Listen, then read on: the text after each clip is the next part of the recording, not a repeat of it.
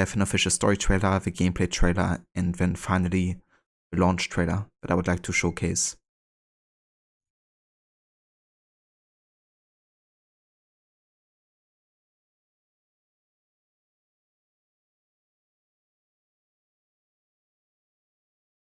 Have you read the Revelations novel?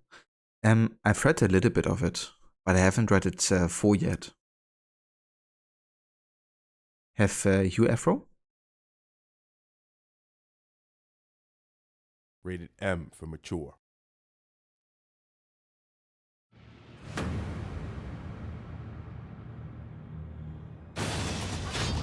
When I started this fight, I did not think it would span a lifetime.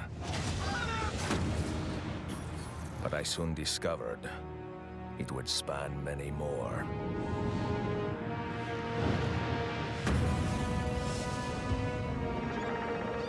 Welcome to Konstantiniyye, Ezio, the crossroads of the world.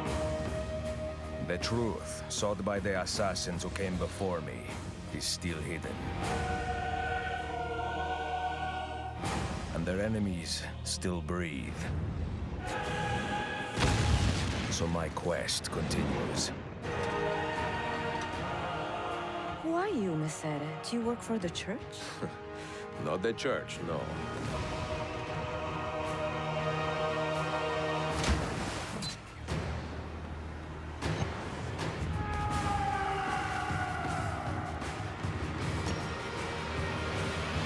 I cannot rest until all has been revealed and my mentor's secrets are laid bare.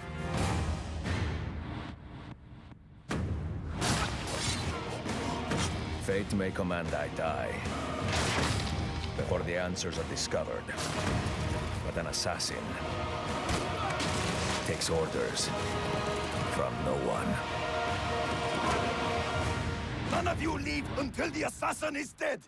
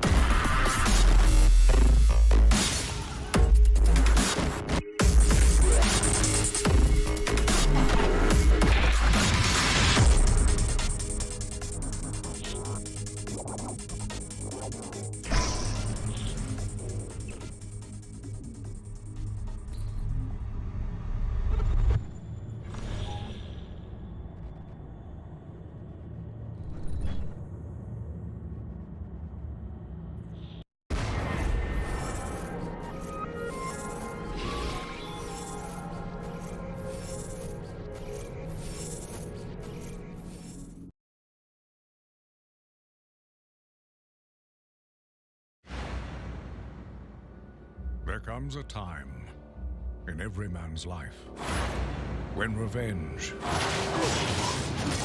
is not enough, and the intrigue of secrets is past. He wants answers.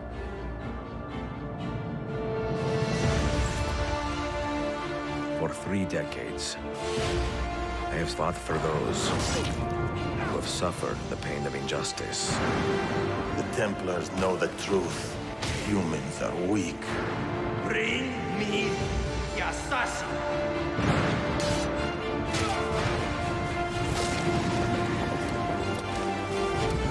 That's the oath! Why will you not surrender? I never learned how.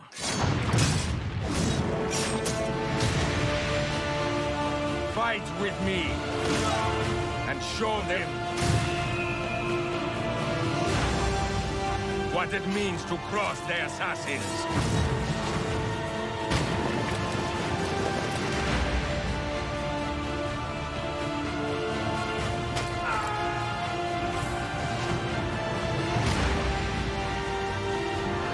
Nowhere left to run now! Not for me, and not for you.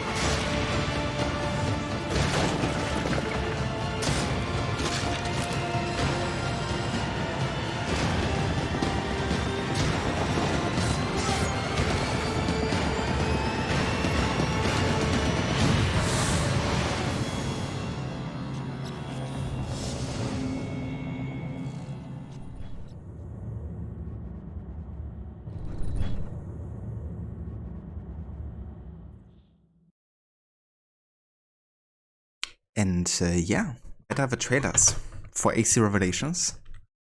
Of course, that doesn't include the E3 trailer, you know, the proper CGI trailer. But the reason we're not watching that is because it's gonna be part of the game, essentially, of like the game introduction. Okay, there's just one more thing I have to do here before we can get started, and that is resetting the stealth counter back to 0.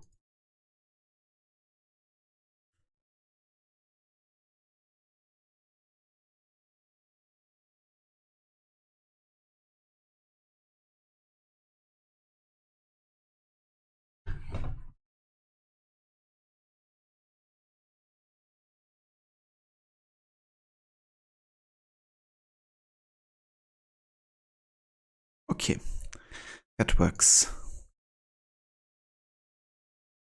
But yeah, in Brotherhood we actually had 10 detections total that couldn't have been avoided. I have a feeling that in Revelations it's gonna be a couple more, to be honest. But yeah, I guess you gotta see. But yeah, I think in that case we are ready to start off the game here.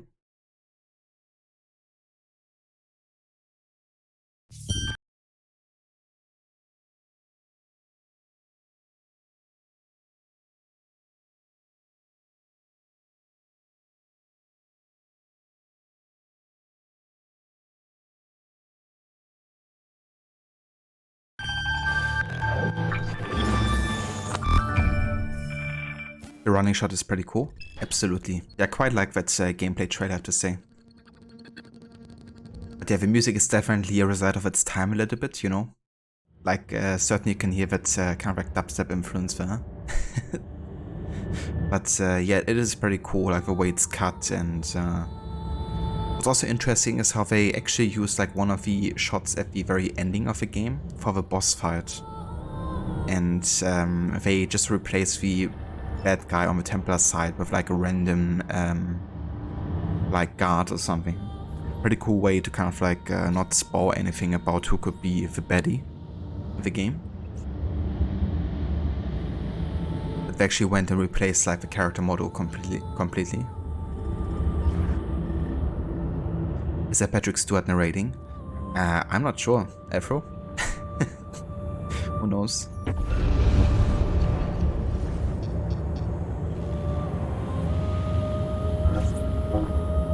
Okay, just gonna check the settings here one more time. I really hope we don't have any issues with the you know, audio here as well. since we had a couple like audio bugs in the DLC. But yeah, I think we're good.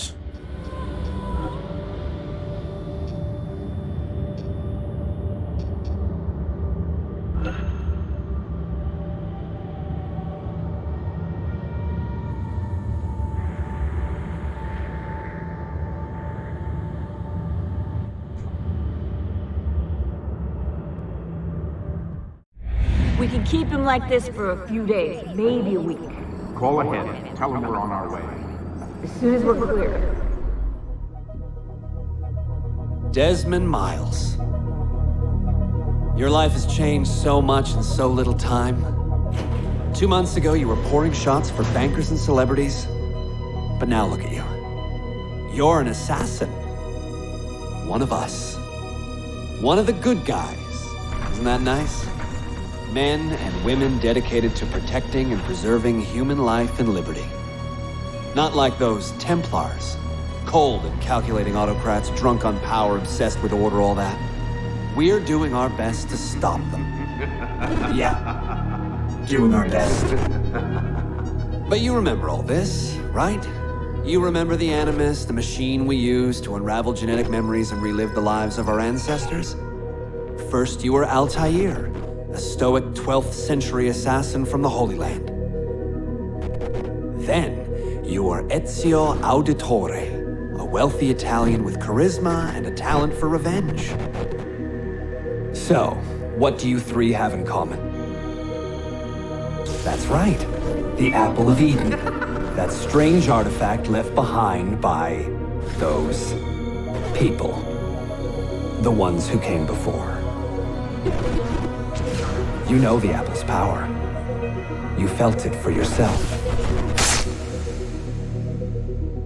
Oh, it's been fun, hasn't it, Desmond? But that's about to change. Your mind is fragmented, falling to pieces. And if you don't find a way to wake up, you may lose yourself. Forever. Okay, I shut down the Animus monitoring system to free up a lot of memory, but even like this, it's still risky. Desmond will be fine. The partition worked, the Animus is stable, and his signs are good. For now. But this was built to recreate memories, not simulate entire cognitive processes. The Animus will do its part, and Desmond will do the rest.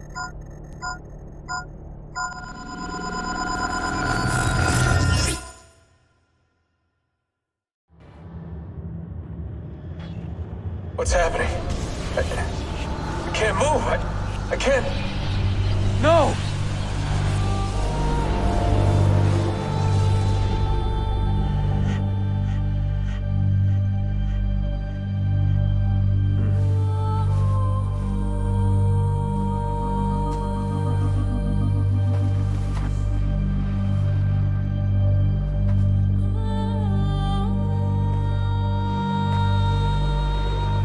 Hello? And there we are. Animus Island. It's actually the same island we have seen at the very beginning of the Lost Archive DLC. Which further gives a reference to Clay here, you know, like the place that both of them share. And then the amazing soundtrack by Lorne Balfe. His first time ever being involved with one of the AC games. He also did the entire soundtrack for AC3 as well.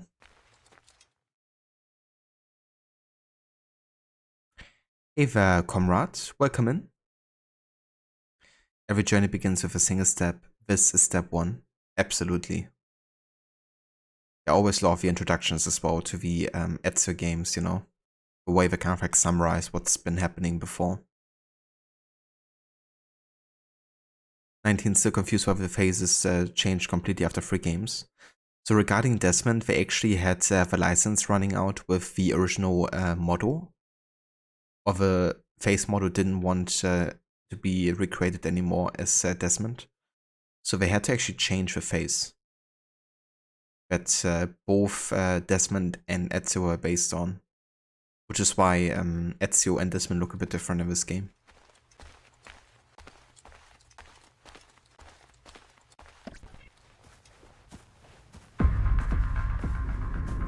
Just walk right past me. 16? No, they didn't tell you my name. Oh, God damn it, I'm still in the Animus? What a shock you suffered out there. Rebecca! Get me out of here. They can't help you, Desmond. You're a broken man. Your mind, it's... broken. Broken. I feel fine.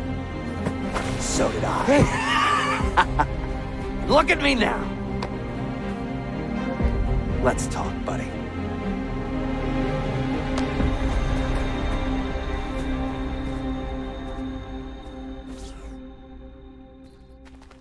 Walk with me. What is this place? It's nice, isn't it? We're in the guts of the Animus. The original test program. No memories here, just basic physics, weather simulations. Hello, world. You're lucky someone up there had the sense to plug you in here. It saved your life. Saved it from what? Right now, you should be sitting in a hospital ward, drooling and chewing on your tongue. For now, the Animus is keeping you intact. Keeping all your ancestors from collapsing into one big mess. But if you can't find a sync nexus, all those personalities will smash together. And that won't be pretty. A sync nexus? I'm getting there, hold on. There. That thing is your way out. You're screwing with me. Here's the problem. Your brain is hash. Too many ghosts in your head, too many voices. So how do you fix that? You claw your way back into the stored data, you find unfinished memories, and you crack them open. Finish what you started, until your ancestor has nothing left to show you. That is a sync nexus. And when you find it, the Animus can separate Desmond from Ezio and Altair and send you home. Back to your body. How do you know all this? Because it happened to me. But my body, it's worm food now. So I'm stuck here. A word of warning? When you step through there, everything changes. Nothing feels normal. But you are still in control, and it's up to you to find your way out. Right. If you hurry, you might make it back in time for Lucy's funeral. What? Ah! Oh. I thought you knew. Lucy. Oh, God. I'm so sorry. Wasn't me. Wasn't me. It was that voice. Juno. She took hold of me. She made me.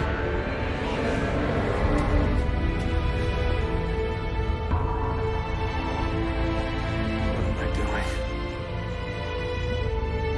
What have I done?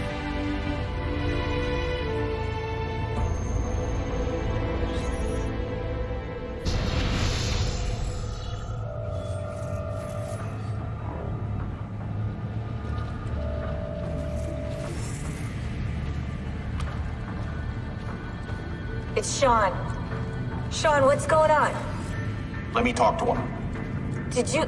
Hold on, I'm putting you on speaker. Sean, it's William. Is everything taken care of? Oh, well, hello to you too. For Christ's sakes, man, have some class. All right, calm down. Oh, that's rich. Yeah, Lucy's dead, and you want me to act like it's Easter Sunday, do you? How's Desmond, anyway? Giving in? That's enough, Sean. What if he's a Templar, Bill? Eh? What if he's been programmed? It's happened before. No, not Desmond. Right. You would say that.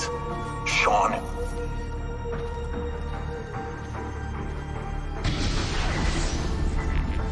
Yeah, it did happen before. They programmed somebody in the childhood to be controlled by the Templars, then made him infiltrate the Assassin Brotherhood, kill the Mentor, and then go back to the Templars.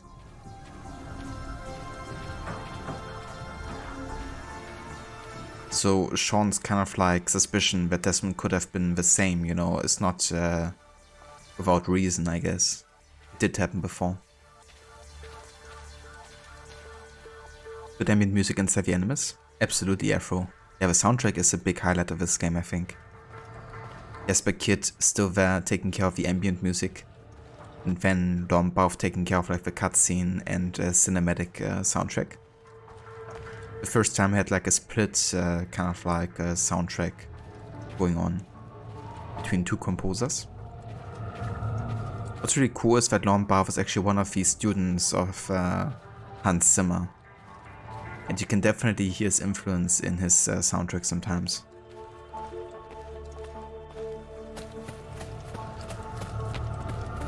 Especially when it comes to AC3.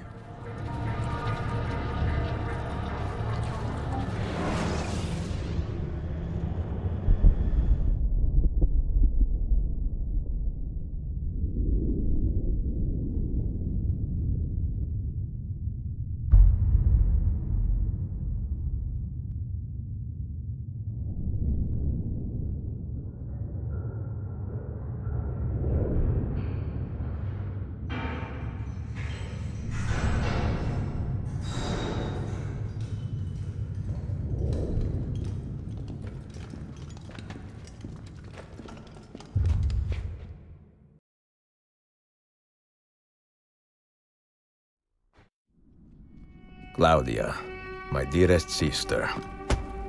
I have been in Acre a week now, safe and in high spirits, but prepared for the worst. The men and women who have fed and sheltered me here also give me warning that the road to Masyaf is overrun by mercenaries and bandits, not native to this land. What this could mean, I dread to guess. When I first set out from Roma 10 months ago, I did so with a single purpose: to discover what our father did not. In a letter written the year before my birth, he makes mention of a library hidden beneath the stones of Masyaf Castle. A sanctum full of invaluable wisdom.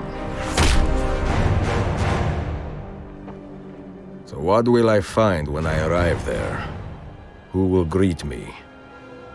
A host of eager Templars, as I fear most strongly.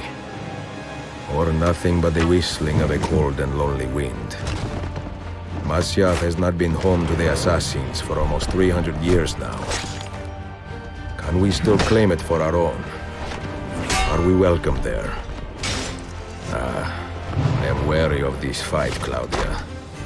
Not because I am tired, but because our struggle seems to move in one direction only, towards chaos.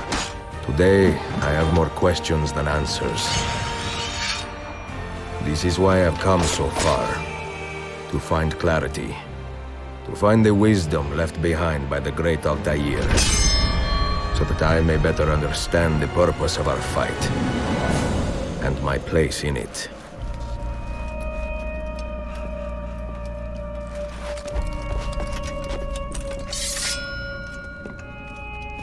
Should anything happen to me, Claudia, should my skills fail me, or my ambition lead me astray, do not seek retribution or revenge in my memory, but fight to continue the search for truth, so that all may benefit.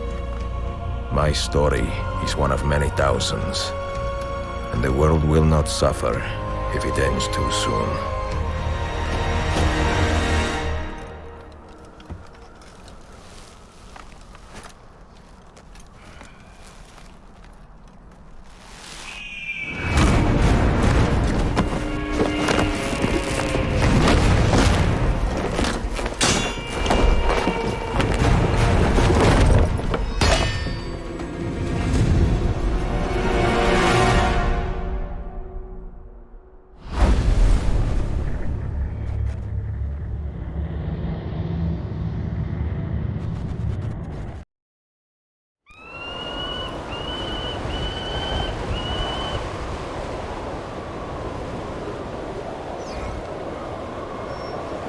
Masyaf, March 1511.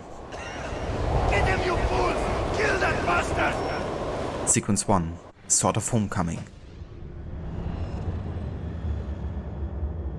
Hey Venero, welcome in. Thanks for joining. And thanks also for the lurk earlier. And yeah, 19. That's him, I think. Francisco Rondez. Face model for Ezio and Desmond. Also, hey, Beverson Jr., thank you for the lurk. Appreciate you being here. Welcome in, Rod. Thank you so much for the raid, and welcome in, Raiders.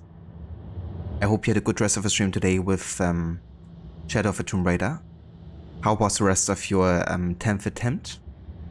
I hope it went well. Hey there, Seraph. Hey there, Lucinda. Welcome in. Sorry about that, Seraph. I'm not sure why the Take anything you like. sound bit didn't play there, but let me actually go ahead and reload the alerts here. Maybe that works. Let's see.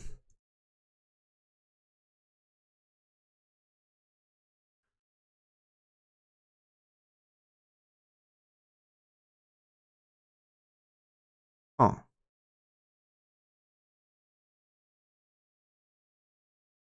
Should work.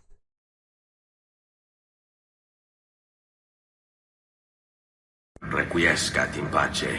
Okay, now it does.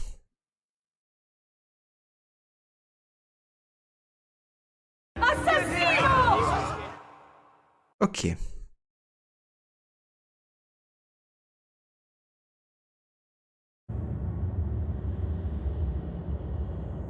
And yeah, Rod, it's going very good. We just finished the Lost Archive DLC earlier. I decided to play it first to kind of like get a proper backstory for Clay and his story.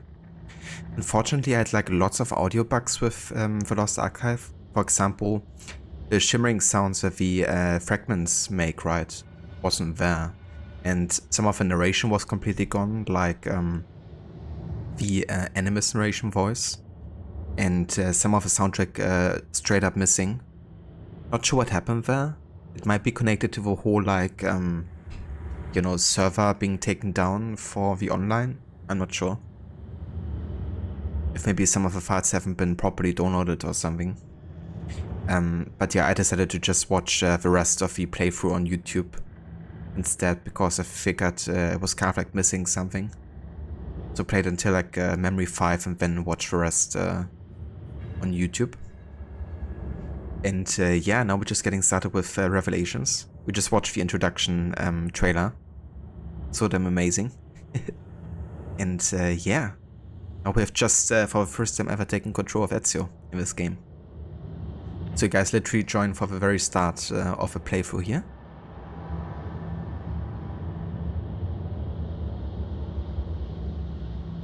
Yeah, I do remember Afro.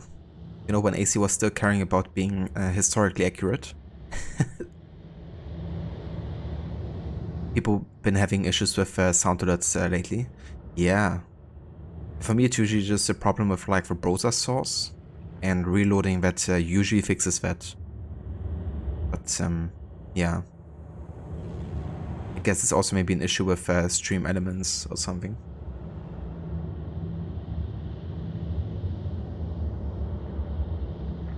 Rod, after the most recent death, you decided to this week start split stream for Tomb Raider Fridays.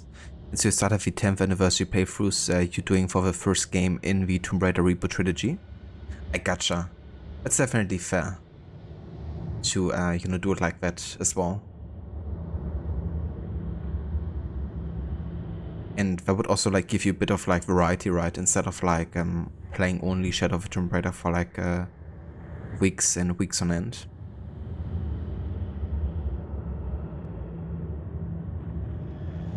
Yeah, definitely a bit of a bummer, you know, because the soundtrack is quite good in the Lost Archive, and yeah, I also wanted to, of course, get all of the fragments for the secret ending, but if you don't have a shimmering like audio cue, you know, then it can be a bit tricky to find some of them, because they're quite well hidden, often. But yeah, we got the story, so that's the important thing there. Nice timing, absolutely. Yeah, Seraph, only one more game and then we're gonna find out where Schatzli is. That's for sure. But you mean you might get Shadow done on this current attempt, but what if you don't and it take you more streams? So decided, yeah, I need to get a move on to the other Tomb Raider games you have planned. That's definitely fair, you know. And I mean, there's so many things in like a no-dev challenge that can just go wrong. That you can't always predict, you know. So, yeah, I think that's probably a good call. A letter? For me? Then ask him a letter. where Valletta is, and the lamb sauce, and Wardo. Altair ibn Lahat. If one man was responsible for changing the face of the modern assassins forever, it was this guy, Altair ibn Lahat. Born in the Holy Land in 1165 to parents he hardly knew, into an order he did not choose, Altair nevertheless proved himself a devoted pupil and capable fighter before he was out of his teens. In 1189, just as the Third Crusades were gathering steam, Altair stunned even his attentive mentor, Al-Mualim, by almost single-handedly routing a wave of Crusader soldiers from the steps of Masyaf Castle. From that day forward, Altair's name was known to all assassins. Over the next 2 years, his reputation as a stubborn but deadly fighter eclipsed every minor detail of his mysterious life. Loved by few but admired by all, his impeccable talents were the source of both his incredible successes and his overbearing arrogance. But this was only half the story. Since youth, Altair had shown signs of possessing a rare sixth sense that allowed him unprecedented access to the emotions and intentions of his opponents and allies. Dubbed Eagle Vision by his fellow assassins, Altair owned and perfected his sense in secret, always wondering if this curious ability that set him apart of the rest would prove a liability. Thanks to the memories stored in Altair's 5 Masyaf keys, we can now get a good glimpse of the man himself, instead of setting for vague glimpses through the Templars' frankly primitive Animus 1.28 avatar projection system. It's interesting that, they're talking about Animus 1.28 because that's the one that they use at Abstergo, right? Because in contrast to the other games, this database and the entries aren't written by Sean, written by Clay, right? Because Clay is the one sharing these memories and the time in the Desmond with him.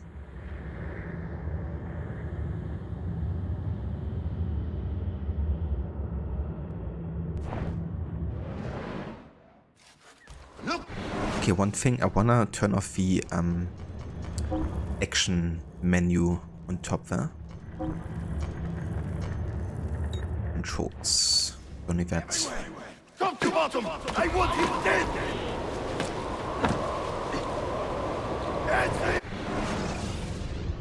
Ezio Auditore da Firenze, son of Giovanni and Maria, born into luxury and leisure in 1459, Ezio spent the first 17 years of his life honing his rakish personality and ravishing looks. Women excited him, wine flushed him, and politics bored him. The streets of Florence were his home, and I doubt he had much interest in anything outside of its walls. But all that changed in 1476 when, on trumped-up charges of treason, his father and brothers were jailed and sentenced to death. It was then that Ezio learned the truth about his beloved father, that he was an assassin, one of an elite group of freedom fighters dedicated to preserving and protecting human liberty and the exercise of free will.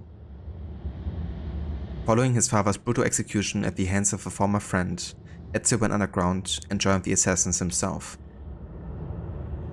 Over the next 3 decades, Ezio dedicated himself to 2 parallel pursuits: to find and kill Rodrigo Borgia, the man most responsible for the deaths of his father and brothers, and to strengthen the assassin order.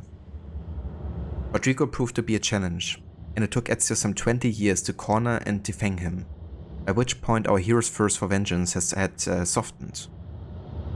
But sparing Pope Rodrigo turned out to be a strange blessing, for it was through the old man's meddling that Ezio caught his first glimpse of the ones who came before. A mysterious race of people who lived many millennia before recorded human history. Ezio didn't understand the messages left behind by this first civilization, but he never forgot what he saw either, and he's got a pretty cool artifact for all his pains too: the Apple of Eden. Shortly after sparing Rodrigo's life, the Pope's young son Cesare launched an attack on the Auditore family villa, killing Ezio's uncle Mario and stealing the Apple of Eden. That hurt, it stung hard, and it took Ezio another half-decade to recover the apple and erase Cesare from the world.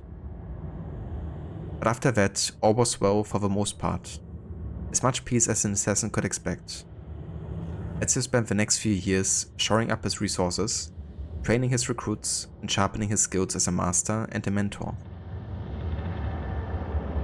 As Ezio matured in these later years, so did many of his stranger abilities, not least of which was a rare form of extrasensory perception, what we assassins call ego sense in its most robust form. We can't be certain where ego sense comes from, but we've got ideas. Remnants of ancient liaisons between our forebears and the ones who came before, probably. It's hard to say how, but truth is stranger than fiction. In any case, ego sense was strong with Ezio. I got a little taste myself in the short time I spent with him. But since my time with him went dark much sooner than used it, I never got the full experience. But you, Desmond, because of the Animus bleeding effect, your time with Ezio and with Altair has awakened your latent senses in a way few could have imagined. You can thank Mr. Auditore for that, for doing all his homework, so you don't have to. Yeah, because that's the thing, right? Like, Desmond is actually learning all of the abilities that it took Ezio like years, like an entire lifetime, to hone in a matter of days, essentially.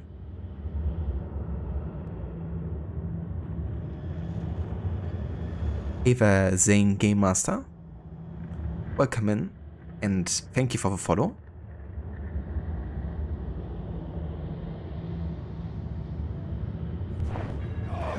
I'm going to dig your heart out with a shovel and feed it to you! Damn this blizzard! It could be any... Okay, so that's a force detection here. Plus you have to get into combat by finishing the optional objective.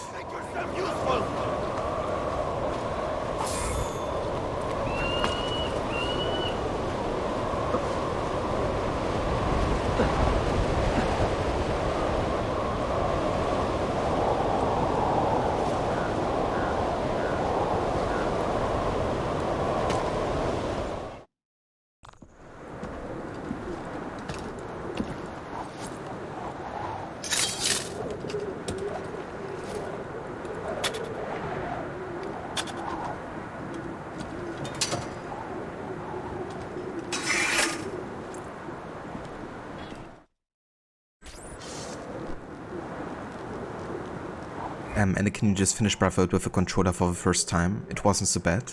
Very nice. I do definitely prefer controller these days with the AC games. Glad you had a good time with it. Are you also going to be playing Revelations now? Yeah, there's two guys here. This kind of seems like another force detection, to be honest.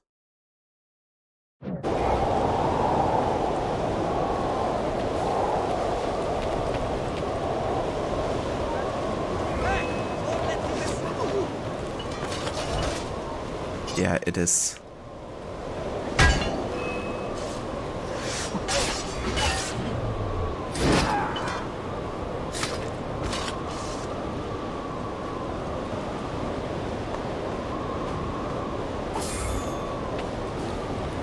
Kind of like wanting to teach you the combat a little bit.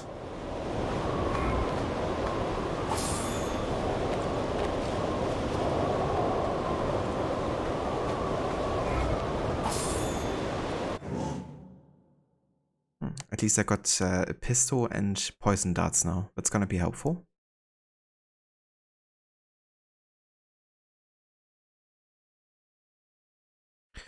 You guess so your main intention was to play Da Vinci DLC again, but here we are. I mean, that's fair. Might as well keep on going, right?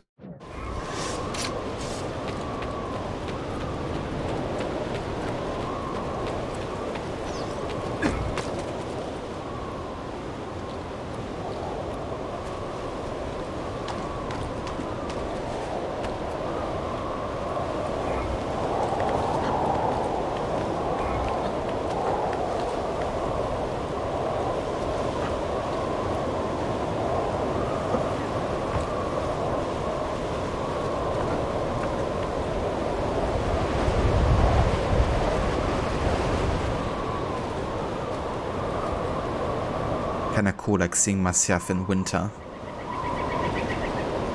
Very different to what you used to from AC1.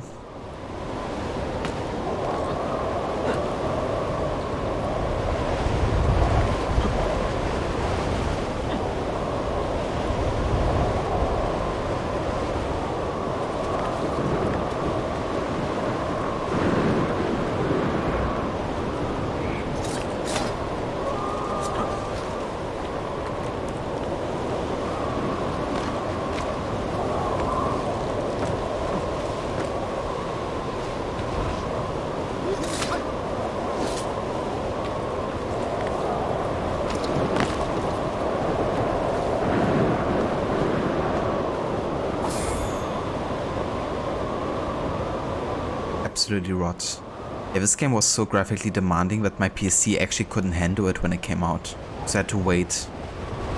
And then I didn't even play Revelations, I played AC3 next when that game came out because I could play it on the PC of my brother, who was much better at the time. I actually played AC3 first and then Revelations afterwards back then. But yeah, I remember like seeing gameplay at friends and stuff and being quite impressed with Revelations as well. And I love these snow effects quite a lot.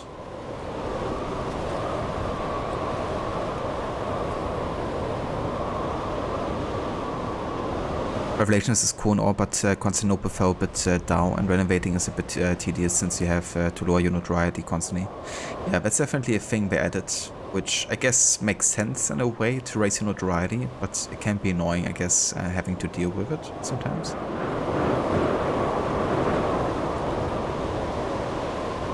But yeah, personally I quite like Constantinople. I like how colorful the city is. But overall I think I still prefer Rome.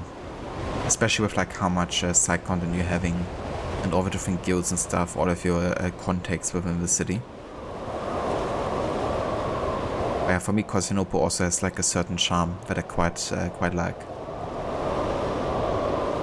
Absolutely rot, it really was, you know. I was like so excited to continue playing and then I just, you know, would have to deal with like 10 FPS or something. So I think my game also constantly crashed. So yeah, didn't work out. Like Brotherhood was already quite demanding for me, but Revelations was like literally unplayable.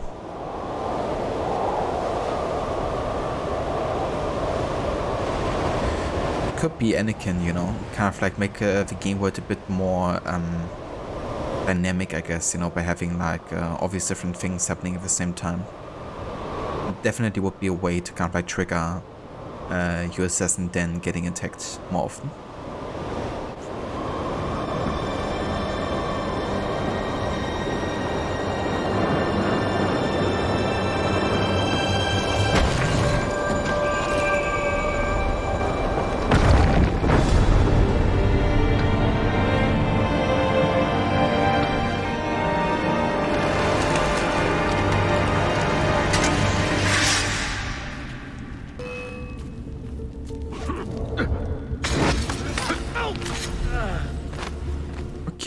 There we go. There was another force detection there, so nothing I can do about it.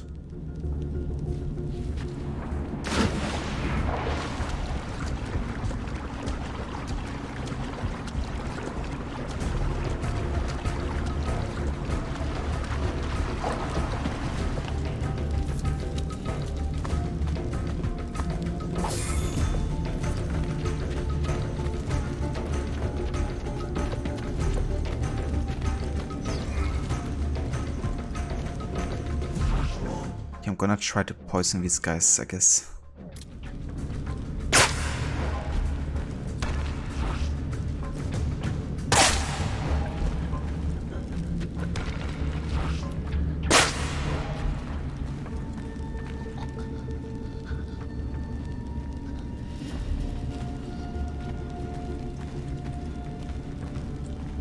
I'm just gonna be patient here.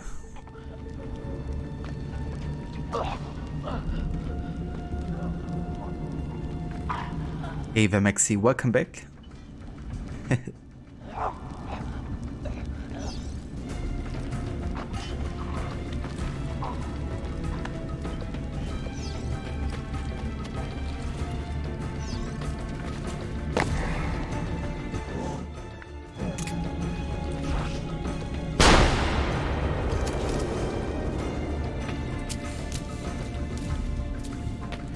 works.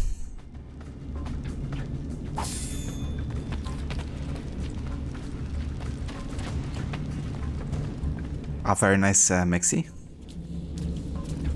Have you started yet trying to do that achievement for Syndicate? No worries, Rod. Take your time.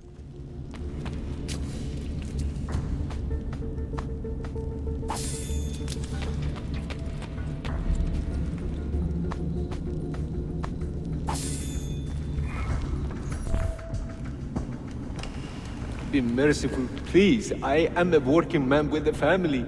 Doing what kind of work? Digging mostly. It took me a year to find this chamber. And for the past 3 months, I've been trying to break through this door. You've not made much progress. I have not made a dent. This stone is harder than steel. I doubt you will. This door is guarding objects more valuable than all the gold in the world. Ah, do you mean gemstones? There are keyholes here. Where are the keys? These Templars found one beneath the Ottoman Sultan's palace. As for the others, I suppose the little book will tell them. What book? A journal of some kind. That ugly captain, he carries it with him wherever he goes. Go home. Find work with honest men. Oh, I would love to leave this place. But these men, they will murder me if I try. Pack your tools. A journal of some kind. A mysterious journal has brought the Templars to Masyaf. Find the Templar captain and recover it. Foe sink. Do not fail a single tale.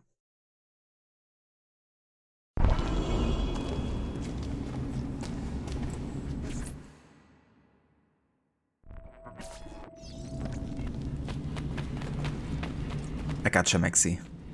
Well, I wish you best of luck getting that achievement done. And that you get it done quickly.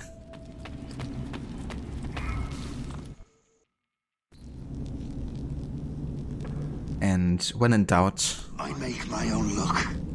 You can just follow Shay's advice.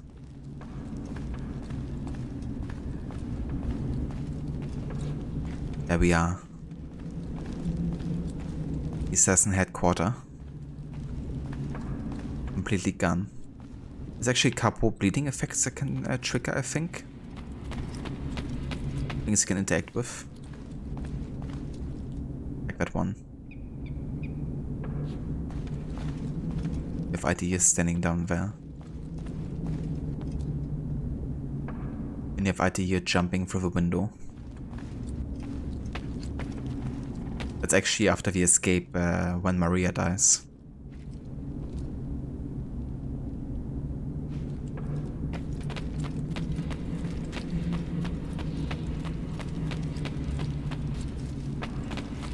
I think that's everything. The assassin must not get his hands on that book! When we reach Leandros, we will escort him out of the village. You stay behind and make sure we're not followed!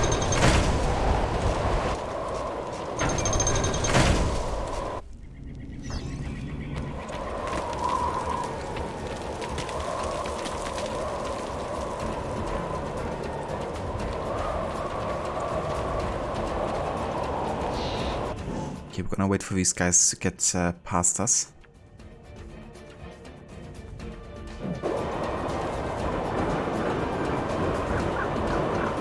Then we can run up. What the? Why did they just turn around? The game is already ready to screw with me. Okay, these are quite tricky to avoid.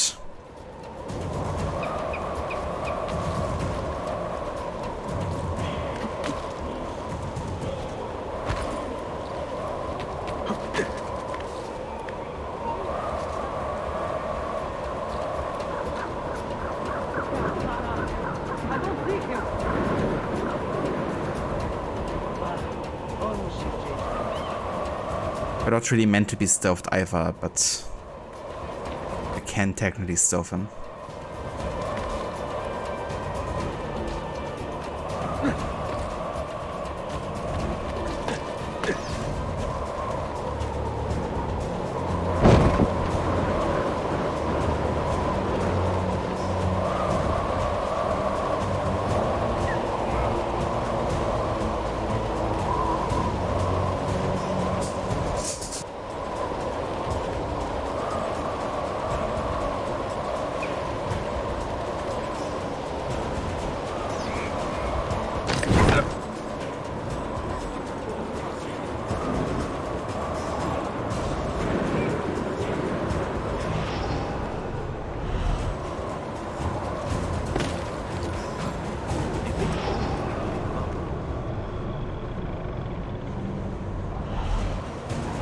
Quite interesting how they changed their eagle vision, right?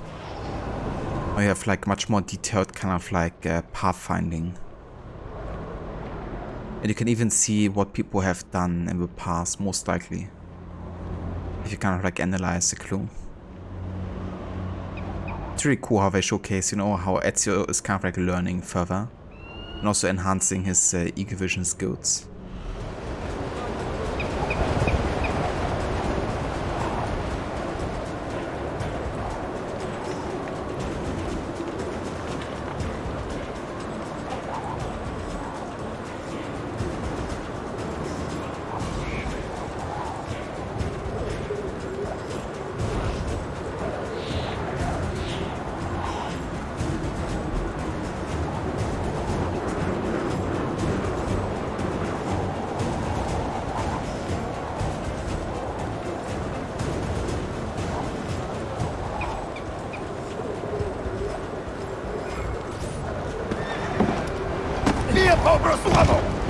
None of you leave until the assassin is dead.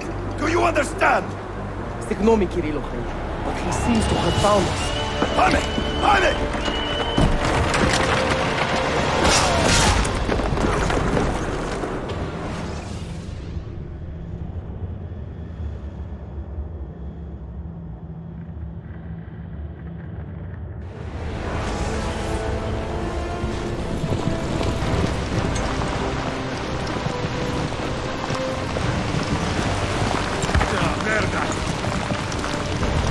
Behind us! Hey, you see it? What are you doing?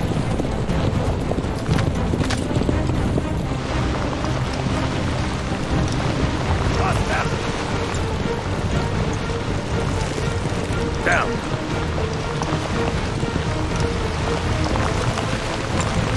Die, you bastard!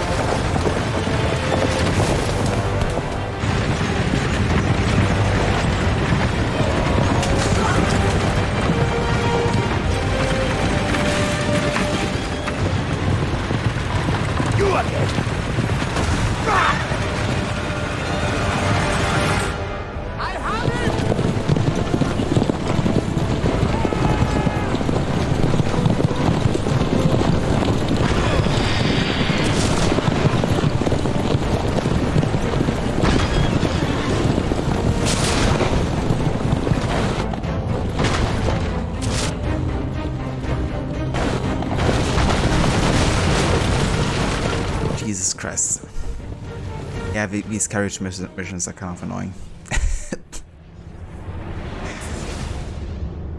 Because you can take so much damage so quickly.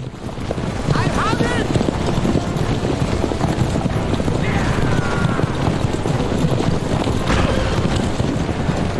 I have no idea why I spawn on the right side and here on the left, because it is supposed to be this way. Makes it a bit easier to actually destroy his carriage. Like that, you know. So it's kind of like an unfair disadvantage there.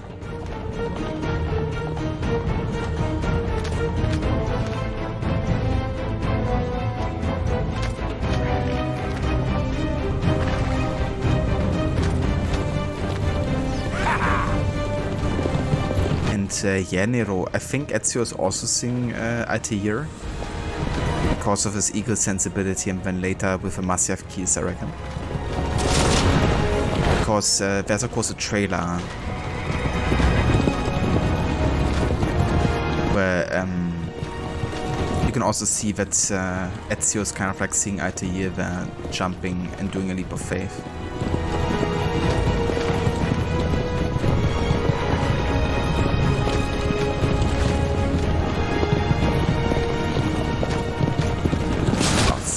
I'm dead. Ah, Jesus Christ. It's basically just about survival, right? You can't even destroy his carriage. Just you have to make sure that yours isn't getting destroyed.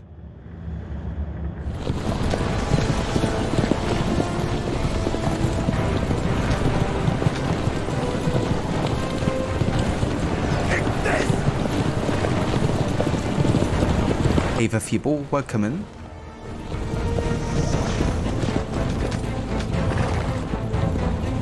Thank you for lurking. I hope you're having a good day.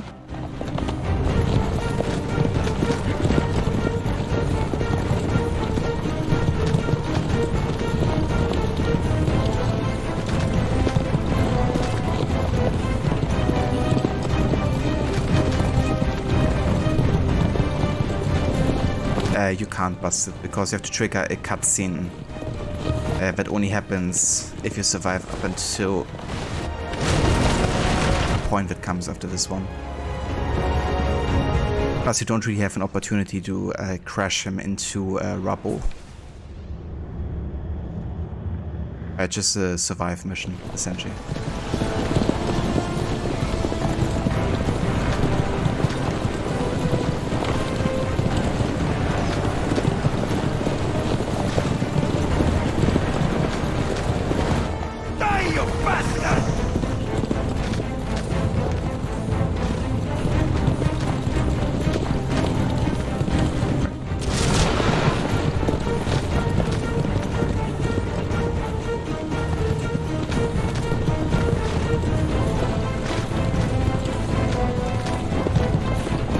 So far so good.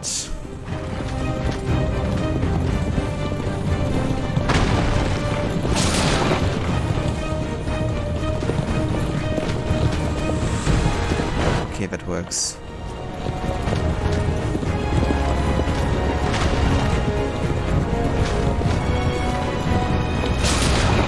And yeah, that's the point you have to get to. Take this! Die, you bastard!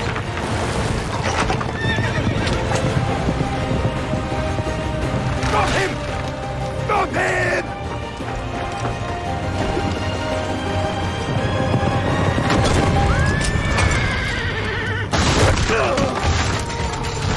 Oh, possible have my head for this.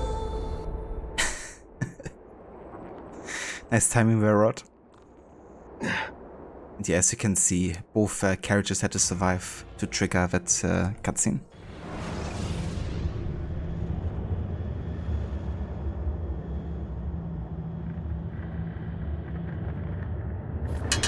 Do not take your eyes off this road for a moment. Do you understand me? Nothing gets through. Are we done with this missing contest?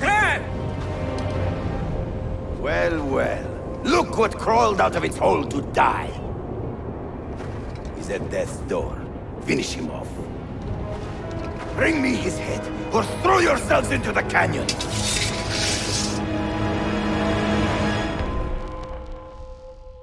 A wounded ego. The Templar Captain Leandros has left you to die. Find and kill him, then retrieve the journal. Foes sink? Here are at least 5 guards from a haystack. Die!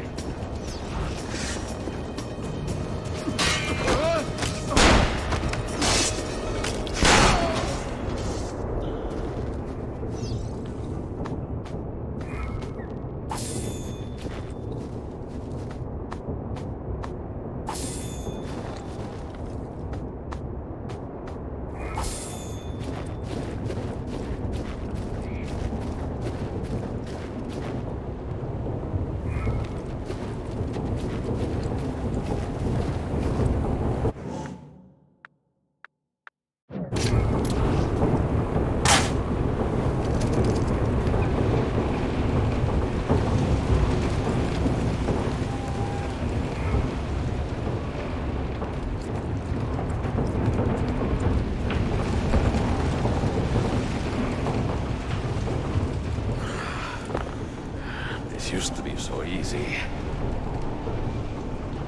You wanna say it a bit louder, Ezio?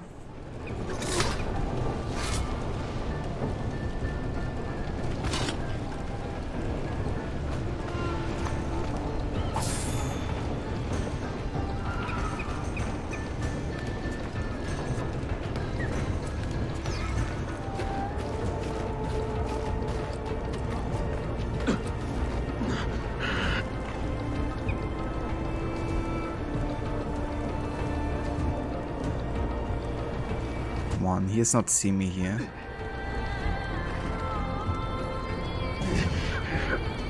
It's not.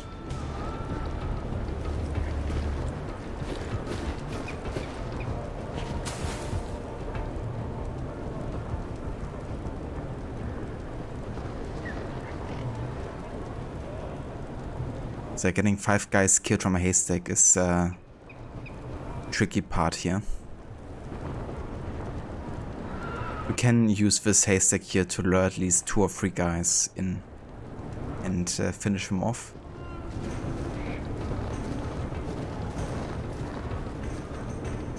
That's number 1.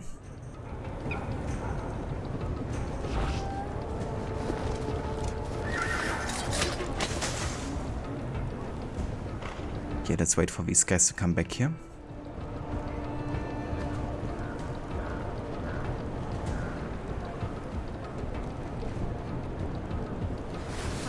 Cut through.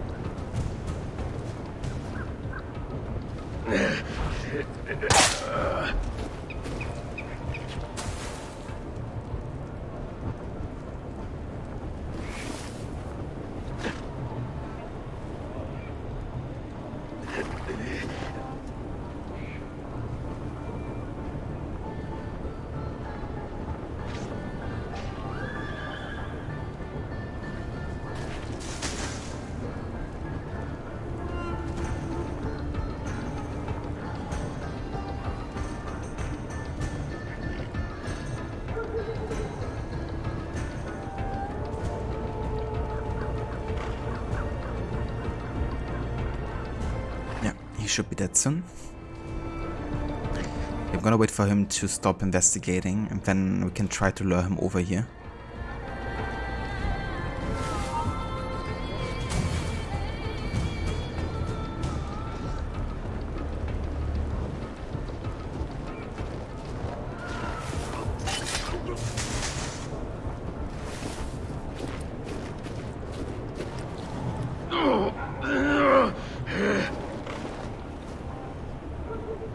Okay, let's lure this guy over here too.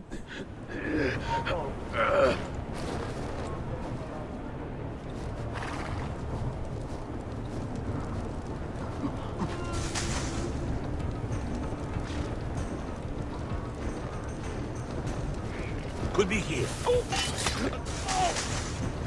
Okay, that's free. Where's that come from? I know that man. I can't take him anymore. Something's dead. Stop.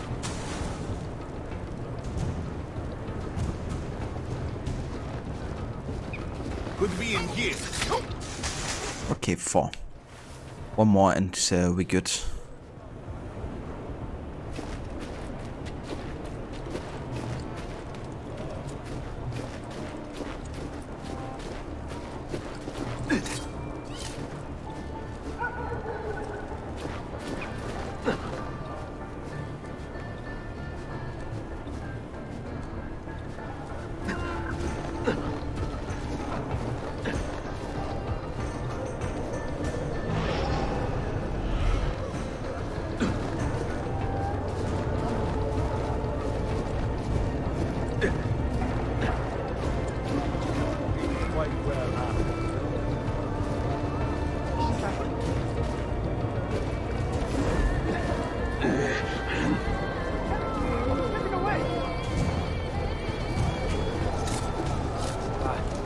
Probably not important.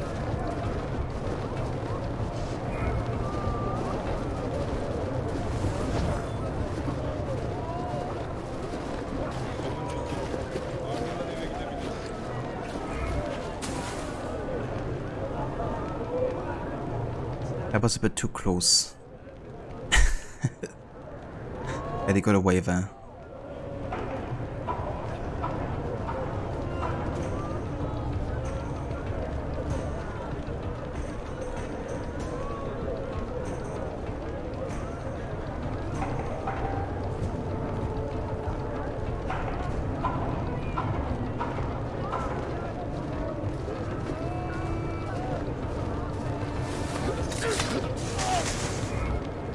There we go.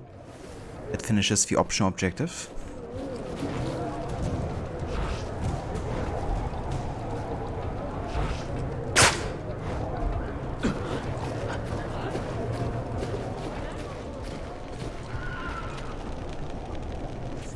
Could it be that you are every bit as deadly as the legends say? Or am I in charge of an army of drunks swinging sticks? Right this way, Ezio. Nowhere left to run now! Not for me, and not for you. Kill that dog! Cut him down!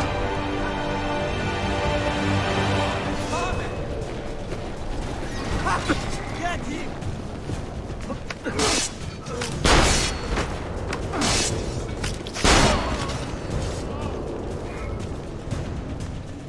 Okay, that was a force detection scenario here. That's some medicine.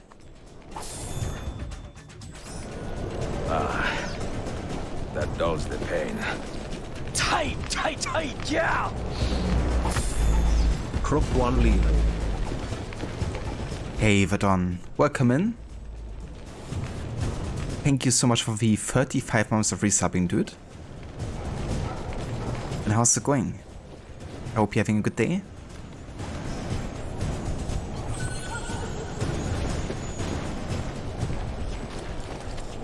Okay, so now I can do parkour again. Fortunately.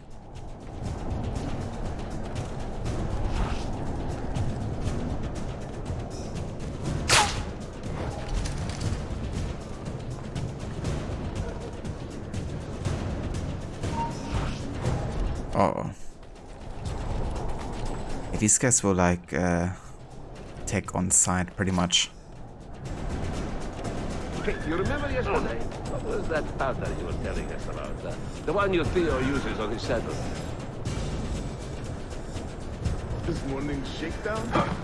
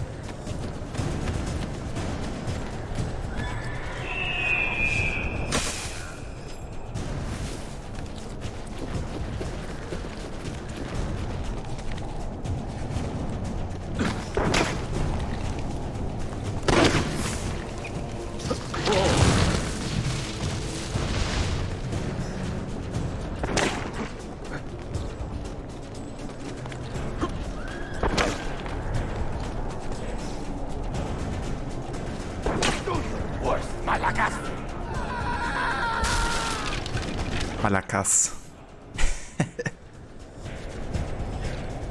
There we go, the first time we had Malakas. What does it take to kill you, eh? Why will you not die?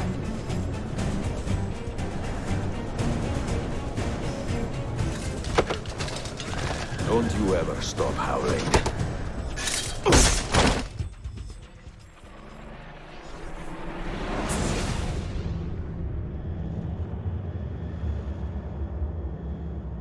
Well, the old hound still has a bite. The book you carry, where is it? Niccolo Polo's journal. This will do you no good.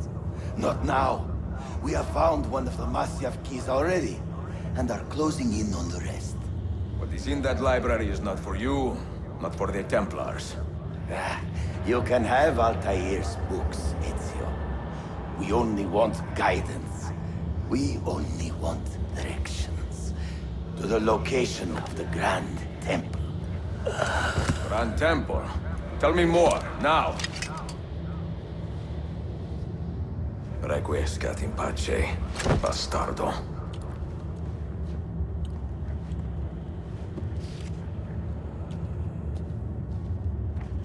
Requiescat in pace.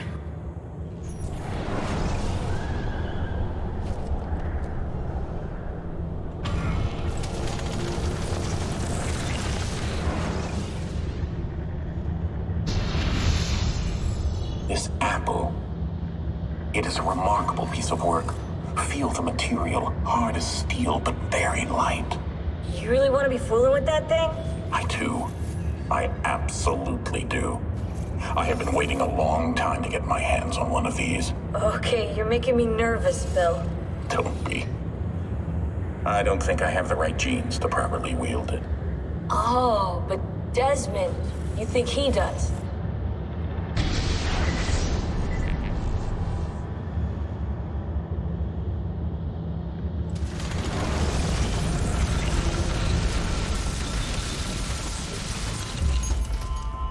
What the hell just happened? You were snooping. Wandering outside the Desmond partition. So once the Animus located you, it pulled you back here. It's just following orders. Like a fail-safe program. Trying to keep your poor head intact, whether you like it or not. What are you doing here exactly? Playing. Learning. Waiting. A lot of waiting. I keep the Animus distracted as best I can. For you, so you can explore. Otherwise it might hunt you down like a little virus and, delete you. Well, my guardian angel. There's no such thing. Yeah, Thanks.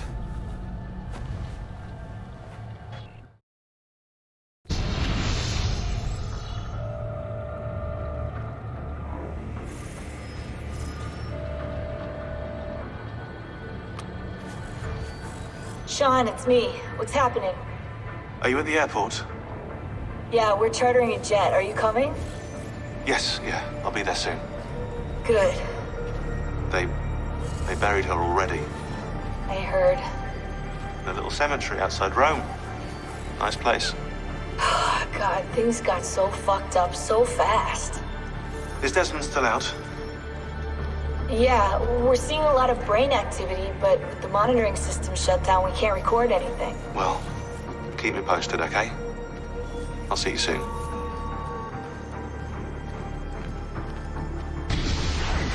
It's kind of interesting that they're actually not witnessing any of the story of Revelations, really. You know, like Sean, Rebecca, even William. Only Desmond and Clay really do.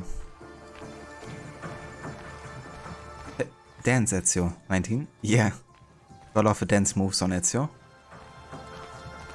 Don, you having a great day. Finished work early and now going to do some babysitting. How have you been? Oh, very nice, Don. That sounds good. Are you babysitting for like a family member or something? And yeah, I've been also doing some sitting. some dog sitting before we adopted our little one. Been almost a week now since we got our new doggo, but yeah, it's been really, really good.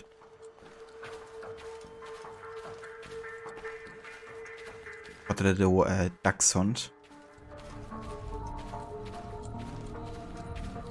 Hey Vamola, welcome in. Great, now I have a way back up in case I fall. Bene. How's it going? Thank you for joining. Prof has no such thing as a guardian angel. Knowing he's referring to Lucy there adds an extra layer to that response. Very true, you know. Because he thought that Lucy would be the one to save him. To be the guardian, you know, in Abstergo. But then she betrayed his trust.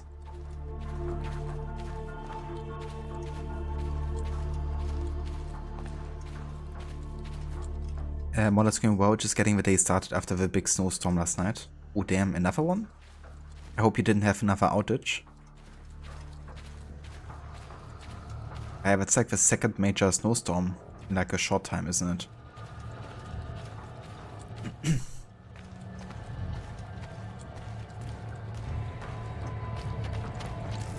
Yeah, I hope everyone stayed safe, huh? Yeah, so these steelies you can see back there are actually part of another kind of like journey, like the Lost Archive. It's another first-person kind of like abstract story. But this time it's not focused on Clay, it's focused on Desmond. And I'm not sure yet when I'm gonna be doing the Desmond journey, but it's gonna be during the playthrough, like about halfway through, I would say. That's really good, getting that insight into kind of like Desmond and where he came from. I mean, technically we could also do it quite early in the game, you know, to have like more of a backstory. But since we already did the Lost Archive today, I think I wanna do Desmond's journey the next stream at the earliest. So we can still kind of like do some solid progress with Ezio in Konstantiniyye.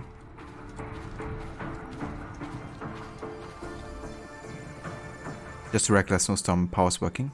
Well, that's good. That it didn't, you know, come to any destruction or something. But yeah, I think this is gonna be a good point for to take our first break here for today. Because, yeah, we've already been going for 3 hours now, including playing and watching the Lost Archive DLC. So before we dive into sequence 2, I'm gonna take a break, and then we can properly get started on Ezio visiting a new city. And yeah, kind of like getting a proper introduction into how things work there. Until then though, I'm gonna leave you with some of the amazing soundtrack by Jesper Kitt and Lorm Bauf. And yeah, then I will be back in just a few.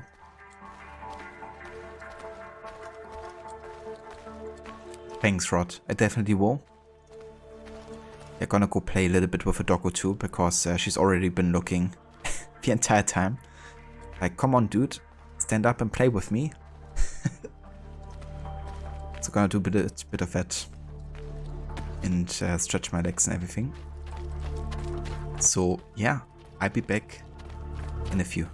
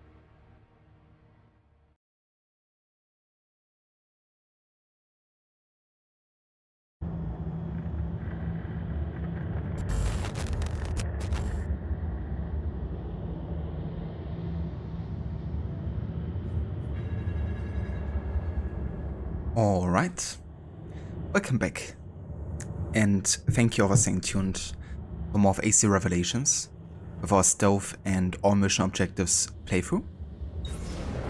And yeah, we are back on Animus Island with Desmond and ready to jump into sequence 2, which is also gonna be the first sequence in the new city of Revelations, Konstantiniyye, or as it's also called, Istanbul. But yeah, it had many different names throughout history depending on who had it conquered. It's of course also like the melting pot between Europe and Asia. So quite the interesting, you know, city like culturally speaking as well. Haven 19, welcome back. Welcome back to you as well, Senny. Thanks for staying tuned. And yeah, let's jump into the second sequence, shall we?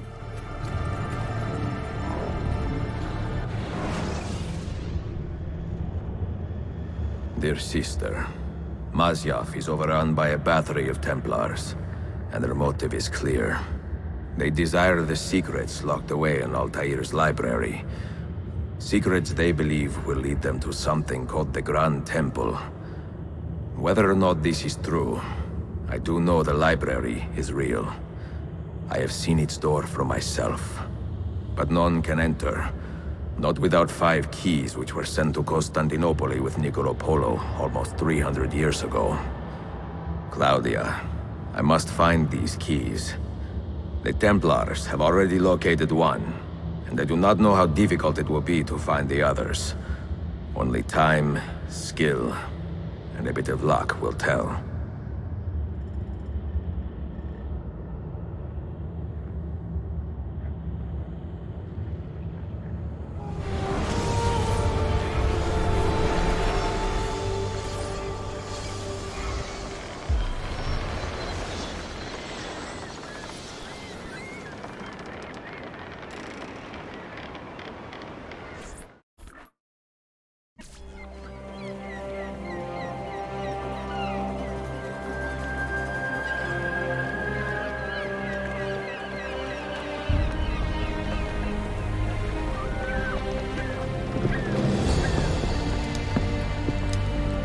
A magnificent sight. It is a work in progress. No city in Europa has a skyline quite like this. Well, to be precise, that is Europa. That is Asia. Ah. Some borders even the Ottomans cannot move. Very few. You are Italian by the sound of it, but your outfit is not.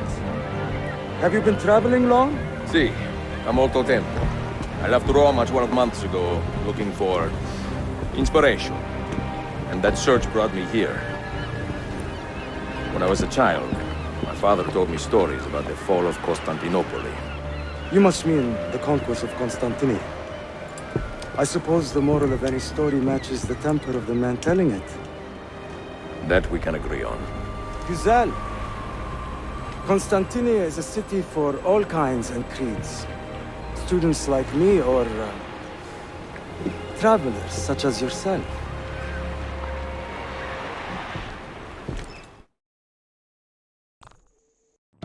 I have so much work to return to, but it is good to be home. Work? When I was your age, my interests were mainly salve. Incredible. I am surprised you got anything done. As was my mother. It was a pleasure speaking with you, Bey Effendi. I hope you find something to hold your interest here. I have faith I will. Yardım edebilir miyim efendim? Grazie, dear boy. A scholar and a gentleman. You are full of surprises. Very few, my friend. Eksik olmayın. Hoş geldin kardeşim. Unless the legend is a lie, you are the man I long to meet. Renowned master and mentor. Ezio Auditore de la. Prego. Forgive me. I have a hard time remembering that Italian gibberish. Da Firenze, the city where I was born. Ah, yes. So, by your custom, I would be Yusuf Kazim da Istanbul. I like that. Istanbul. Yet another name for this city. Evet, it's a local favorite. Come, Mentor da Firenze. I will show you around.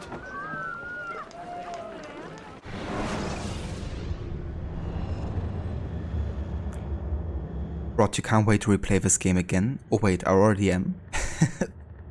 That's right. Yeah, it's just amazing playing this game again. And I'm already quite getting excited here to explore the city yet again and, you know, build up the Brotherhood and getting to meet Piri Rice and all of these guys. But yeah, Yusuf is definitely a favorite of mine as a character and member of the Assassin Brotherhood in this game. It's a pretty cool sense of humor, and he's also a very, very skilled assassin. And yeah, his heart is in the right place, you know.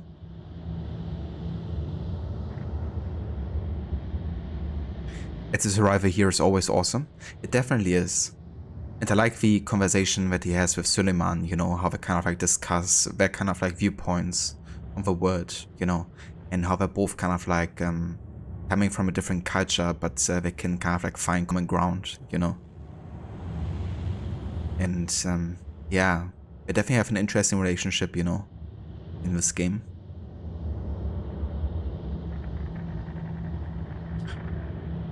Nero, you were a student in Konstantiniyye. Oh, were you? That's really cool. I hope you have enjoyed studying there. Yeah, 19. It's like, I don't even care.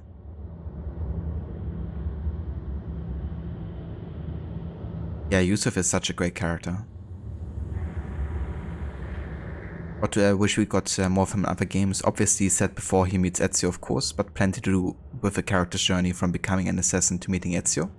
Yeah, it could even work very well as kind of like a Chronicles game, you know? If they would ever do like something like that again.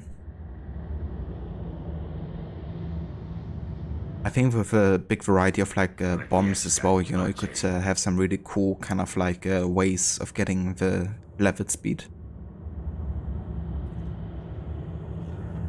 Ava Harbinger, welcome in. You missed the beginning. Well, we only just started sequence 2, so we're still quite early into the game. But yeah, you missed the kind of like Masyaf introduction.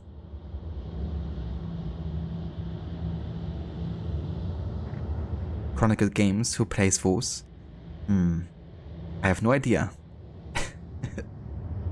Hey Veroni, welcome in. And how's it going? I've seen that you started Chronicles Russia, haven't you? At least that was said as your category when I gave you a shout out the other day. Chronicles would have been a great title to use as an umbrella for all side stories covering characters who never got a game themselves. Or did but never anything else afterwards. Yeah. Yeah, it would have been nice to kind of like get extra adventures without having to commit like a full-on game production. You know, on like another kind of like similar setting.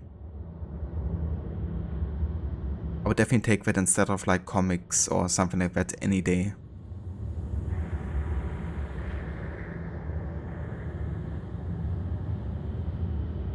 You will be studying Russia today? I gotcha. Well, I hope you have a good start into the playthrough, because it's definitely quite a different game.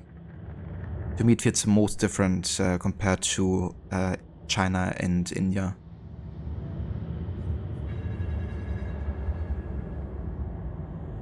Much more modern, of course. Like early 20th century. It's actually the most modern setting we ever had for any AC game.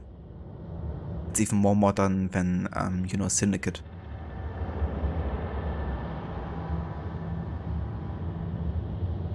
Okay, so we have Prince Suleiman. Everyone in the world knew this guy's name in the 60th century. Suleiman the Magnificent, they called him in the West, the 10th Sultan of Osman's ever-expanding empire. His fellow Turks were also generous with their praise, or far more practical, calling him Suleiman Kanuni, or the lawgiver. The man responsible for improving the Empire's bureaucratic engine, making it run like a well-oiled engine. No small feat for an empire as large as his. But I'm getting ahead of myself, ahead of our present concerns. When Ezio met Suleiman, he was still a young man with only the faintest hope of ever becoming Sultan, since his father Selim was dead last in the Ottoman hierarchy. So as befitting a young man of his status and stature, Suleiman threw himself into study with little thought of ever becoming Sultan himself. He was educated at the university in Istanbul and received private tutoring in Topkapi Palace. Little else is known about his early years, except that he was a kind and thoughtful man, and that he had a servant named Ibrahim, whom he considered his best friend. By the time Suleiman was 17, however, Bayezid had recognized his grandson's talent and intelligence, and installed him as the governor of a large region north of the Black Sea. Over the next few years, Suleiman would hold a number of similar positions until 1520, when an unexpected tragedy robbed his father of the Sultanate. Suleiman, aged 26, took the throne, a position he would hold for almost 50 years. No pacifist, Suleiman would expand the Ottoman Empire's last lands to its furthest points. By the end of his rule, the lands under his command stretched from Iberia to the Persian Gulf, and from Austria down to Egypt. But for all of his expansionist desires, he was a tolerant man too, and realized that the only way to keep an empire as large as his together was to honor the cultures, traditions, and religions of those living under his auspices.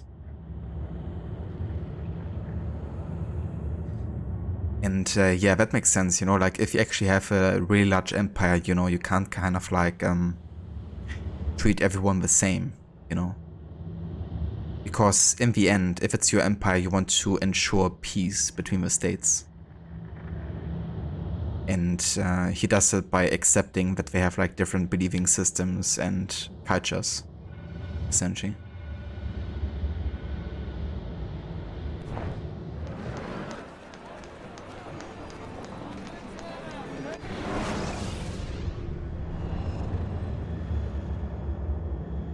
Stoker has some data on this guy, gathered a few years back, but there's not a lot about him in standard history books, which I'm sure he would be happy to know.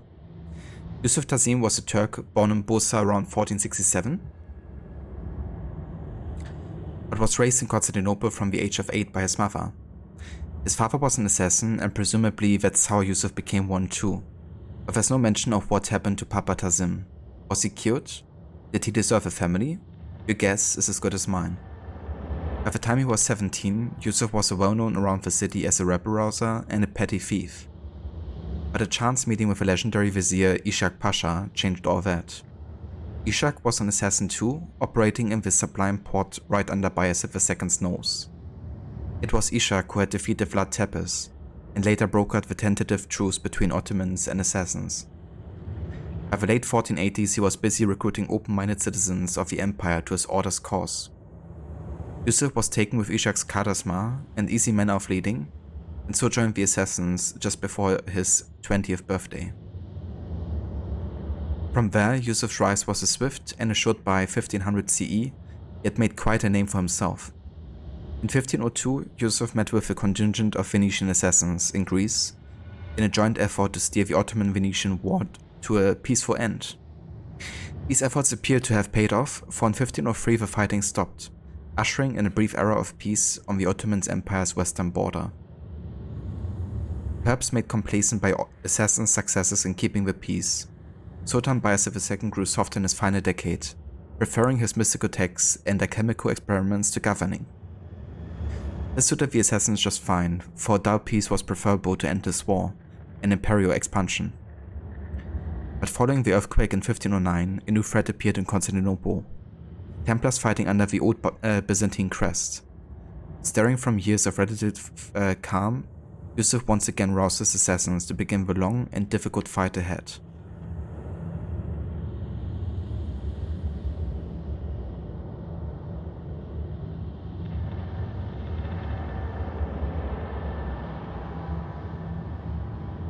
It was a big thing for Alexander the Great. As long as you paid your taxes, he didn't care what you believed. Yeah. Definitely makes sense, you know. think you're kind of like setting your empire up for being decimated if you don't respect that there's gonna be differences. That it can't everybody... Like, the bigger your kingdom, you know, the harder it would be, essentially.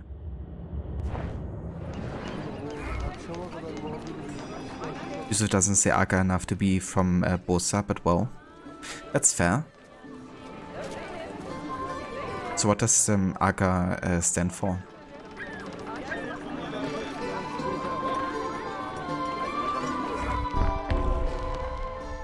A warm welcome. Master Assassin Yusuf Tazim has welcomed you to Konstantiniyye and would like to give you a tour. Get to know him and the city. For Sink, do not wander far from Yusuf. Welcome to Galata district. For centuries, it has been a home to orphans from Europa and Asia alike. You won't find more diversity anywhere else in the city. And for that reason, assassins make it their home. I would like to see where. Kesinlikle. The Brotherhood is always eager to meet the man who put the Borgias out to pasture. Oh. Does everyone in this city know I'm here already? Well, your Holy Land tussle with the Templar did not go unnoticed. When I first set out, violence was so far from my mind. I sought wisdom. The contents of Altair's library. Not realizing it has been sealed for 3 centuries? No, I assumed as much. But I never expected to find Templars guarding it. Very troubling, no? 5 years ago, Templar influence here was minimal. A small faction with dreams of restoring the Byzantine throne. But they're growing in number, day by day. And with Sultan Bayezid on his way out, they may try something dramatic. Is there no heir to the Ottoman throne? Not just one, 2 angry sons. It's a familiar pattern with these royals. When the Sultan coughs, the princes draw their swords.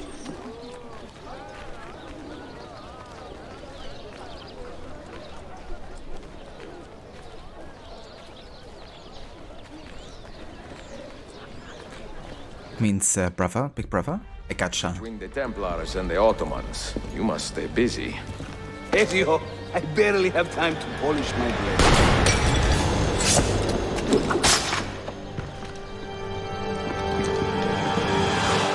Stop him! Go! There! Get him! In a mille main. A master at work. I must remember that.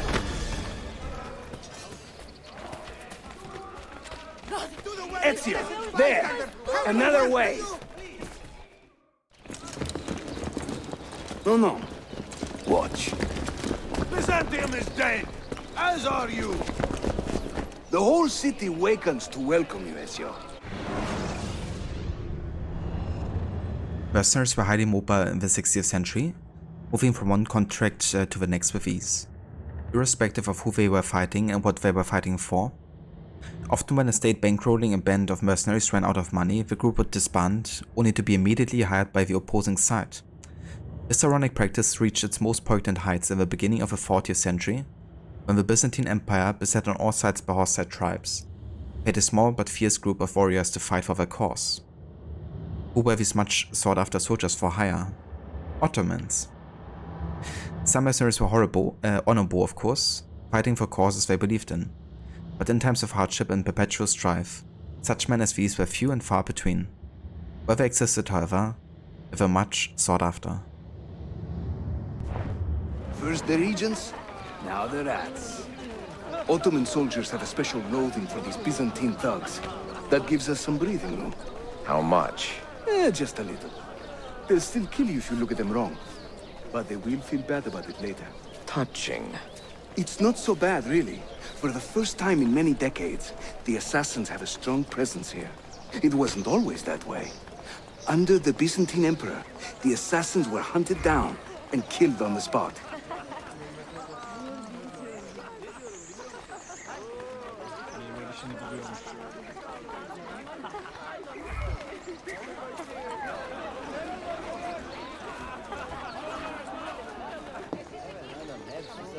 We're almost there.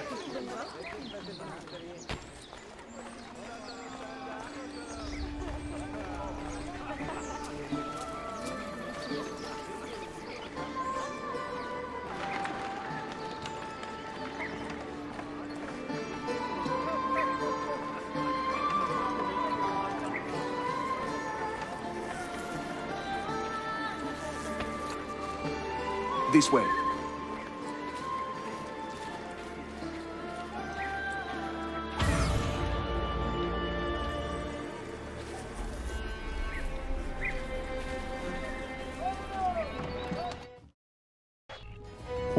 Mentor, say hello to your extended family. Salute a voi, assassini. It is an honor to find such fast friends so far from home. You see, brothers? Our mentor is not afraid to weep openly in front of pupils.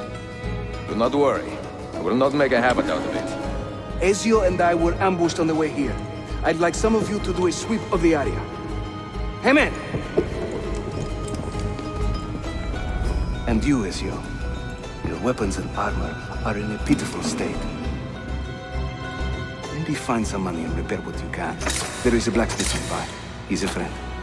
Buona idea.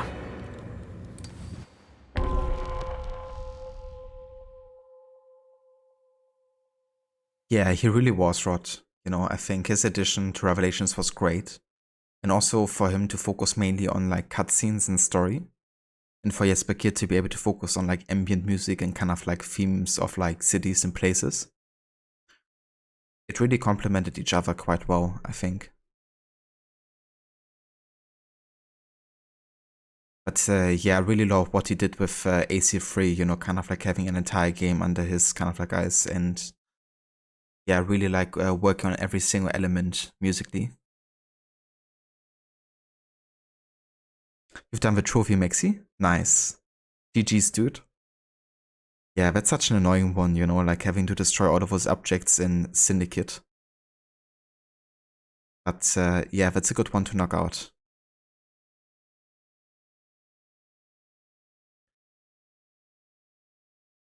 They really do go together so well. They really do. Makes you kind of like wish that, you know, Lombarth would make like a comeback at some point. It wouldn't even have to be with like Jesper Kyd, but in general, you know, it would be interesting how you would compose a soundtrack like nowadays with an AC game.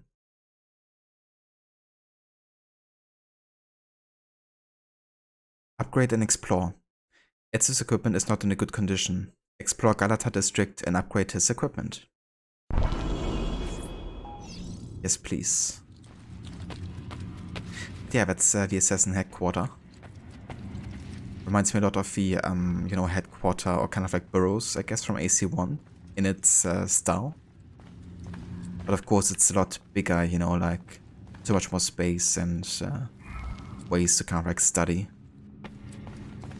You can actually buy a lot of books and even have like quests regarding books in this game. And if you fill the entire library here with books, then you unlock a secret cutscene. Welcome home, Mentor. That's very friendly.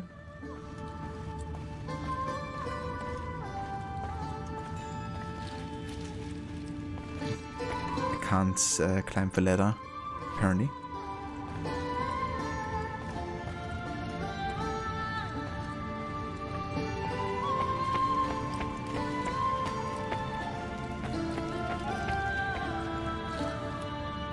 We have the armor pieces being presented once we have like unlocked more of them.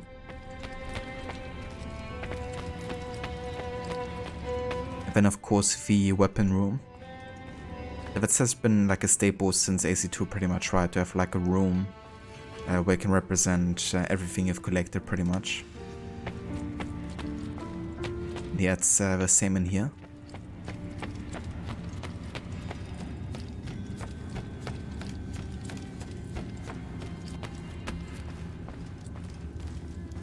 I do like how cozy it feels, you know, despite being quite like having like large spaces, I guess.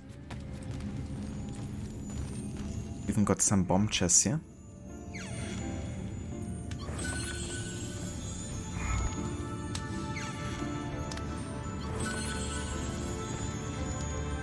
can't use the bomb crafting system yet because I'm yet to be introduced to it. It's already good to get some ingredients ready because you can sell them later at Piri Rise. And you can get some really good money by selling those. Which you need if you want to kind of like do, you know, buy like all of the books, for example. It can be quite expensive.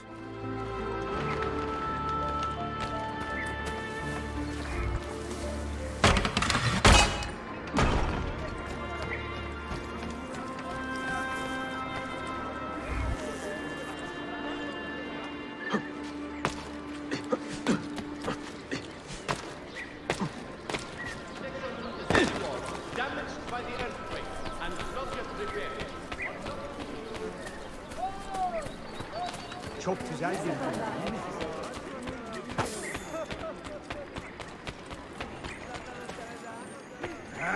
Pis herifler! Hayvanlar! Friends, why not shop with me?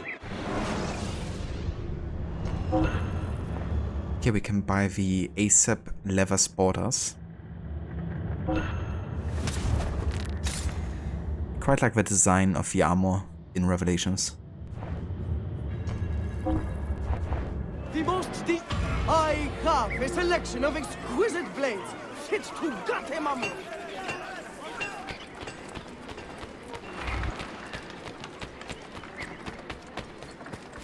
Okay, let's actually go ahead and run around the city a little bit, or at least the Galata district.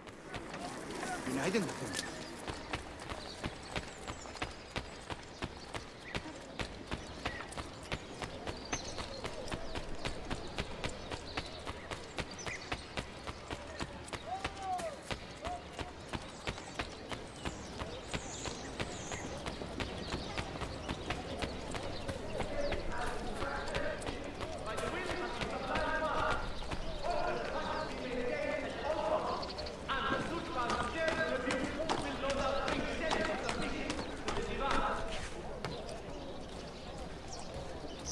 Kind of looks like it could be a viewpoint.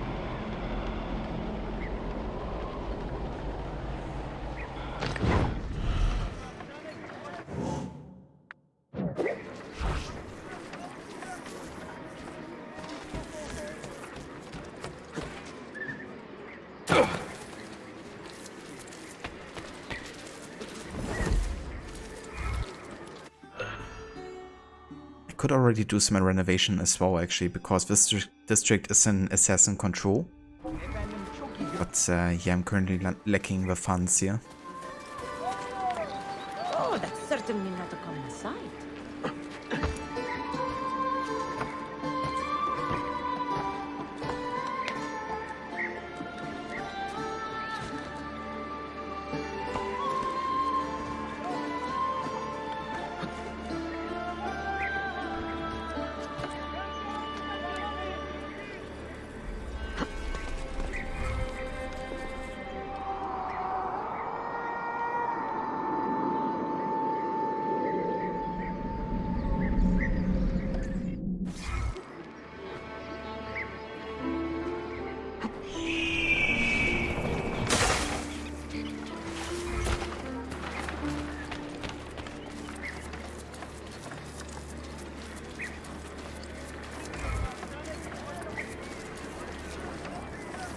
Oh, there's like a unique event over there. Kind of like dynamic events in the city with people who are kind of like disrupting the neighborhood. Float like a butterfly, sting like a scorpion.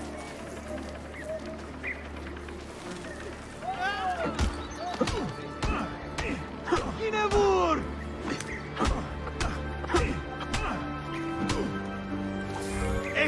Eşekler! Yazıklar olsun! It's quite a bit of money here at the start. So yeah, I definitely take it.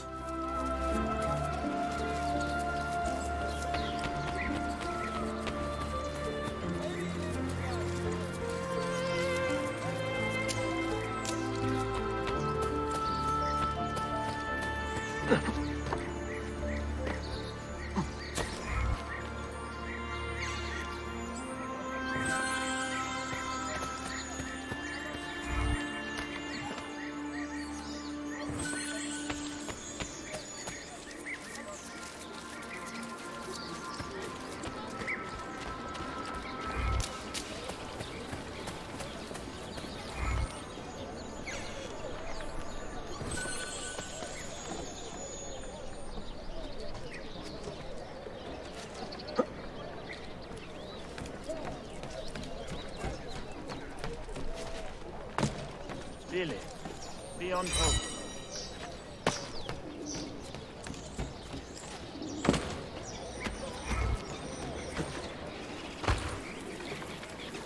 Most interesting. Oh yeah, there's also like stalkers who kind of like try to kill us. And we can hear them if they're close by. We'll kind of like make a sound, like a whispering sound, which alerts you of a presence nearby. It's a system they also used in Assassin's Creed Rogue later, when Chase like getting hunted by the assassins.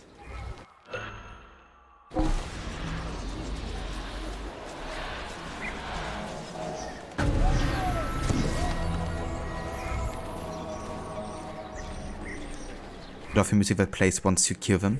Absolutely.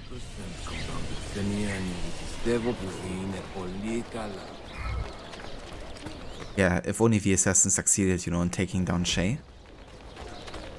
Would have all served us a purpose and service, that's for sure.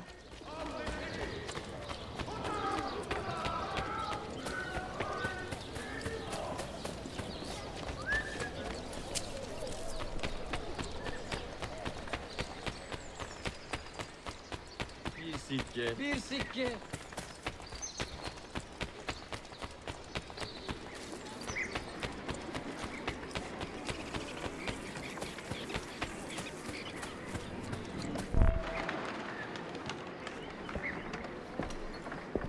Praise the heavens! We feared we had lost our mentor to the vices of the big city. I am content with my own vices, grazie. So, what's on your mind, Ezio? Tell me more about the Templars. You call them Byzantines. Yet the Byzantine Empire was overthrown 60 years ago. These men are remnants of a line loyal to the cause of the last emperor, Konstantiniyye. Who leads them now, however? I cannot say. Capisco. I suppose it is up to me to find out. Ezio, where is your Hookblade? My Hookblade? You've never seen one? I grew up using these.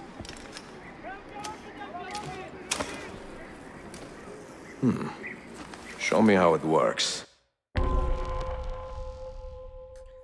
The Hookblade. Follow Yusuf to learn how to use your new Hookblade. Full sync, perform every Hookblade move successfully at least once. Why do they call it the Hookblade? Because it's made out of two parts.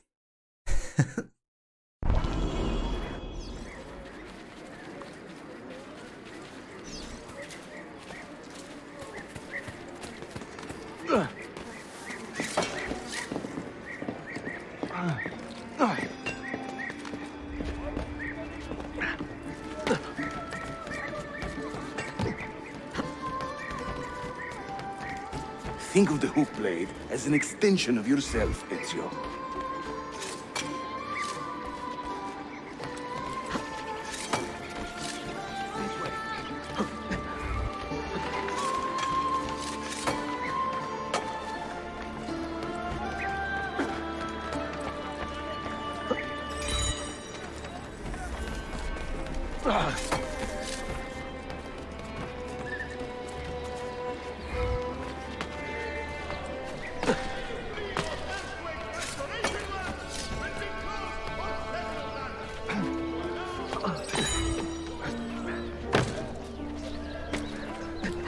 You think I cannot make this one?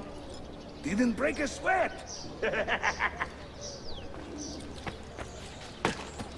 I love that laugh of Yusuf. Here, come on.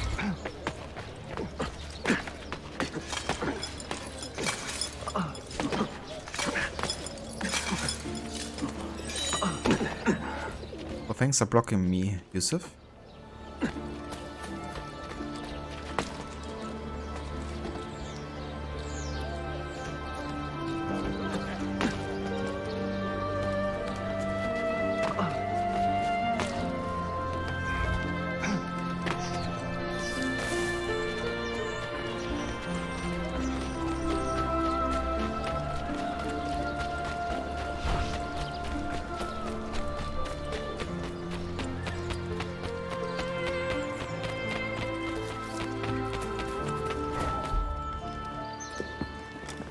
Watch and learn, Ezio. We call this a hook and run. Sprint at your opponent, and just as you reach him, use the hook blade to slip by.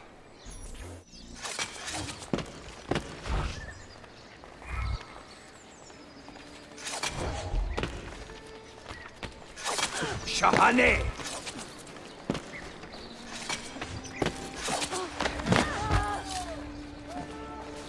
Can do that as well.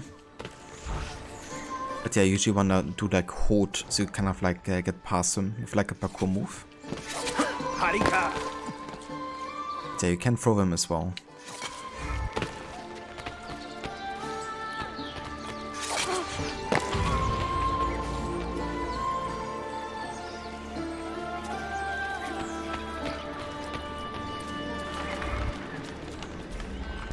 The standard Ottoman hook blade has two parts, you see.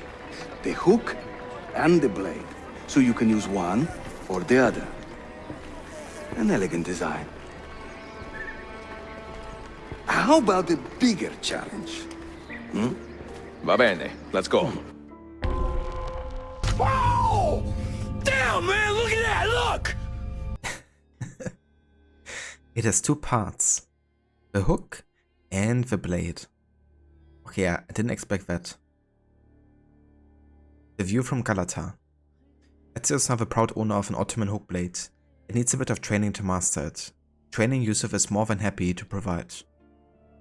Full sync. Climb the tower in under 60 seconds.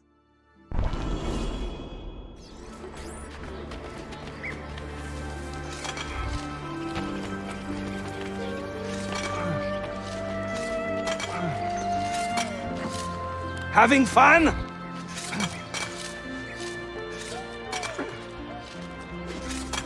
That's right. Let the hook blade do the work.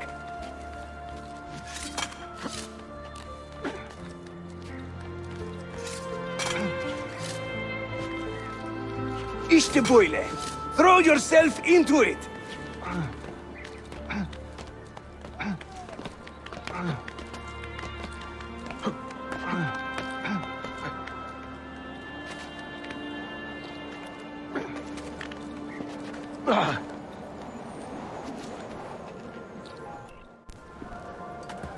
Welcome to Konstantiniyye, Ezio. The crossroads of the world. Many generations of men have ruled the city, but they have never subdued her. She always bounces back. It seems a fine place to call home. It is. Race you to the bottom?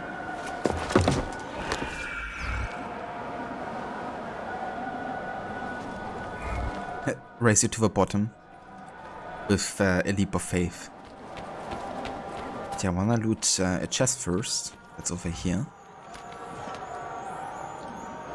Fortuniva, you thought it was made of a curtain hook and a butter knife? Yeah. That would be a gruesome combination, you know. That reminds me of Valhalla, you know, when Eivor is saying that's hardly a butter knife. Or kind of like, do you want to butter me or something? I think it's like, you have like a bread knife, do you want to butter me? That's kind of funny when Ava says it.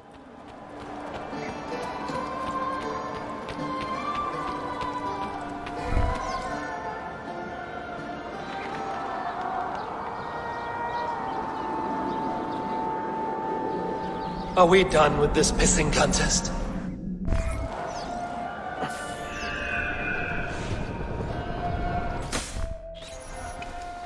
I'm impressed, Yusuf. My brothers in Roma would like this. Just give credit where it is due. Yusuf, çabuk buraya gel. Huh? An attack on two fronts, Galata and the Grand Bazaar. Every day, the same bad news. How is your appetite for swordplay? I do what I must. Good man. Advanced tactics. Word has reached Yusuf that the Templars are taking two separate assassin dens. Follow Yusuf while he conceives a plan. Full sync. Perform a zipline assassination. Has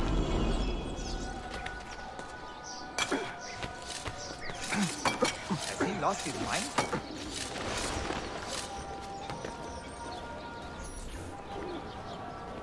When he tires of running, an assassin must take to the air. Watch.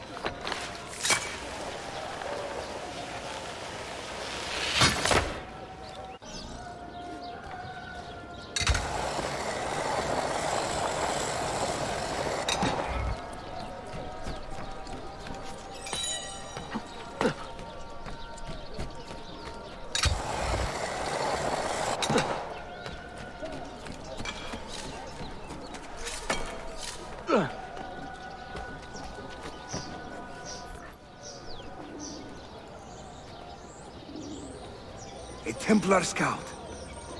And another there. Watch this.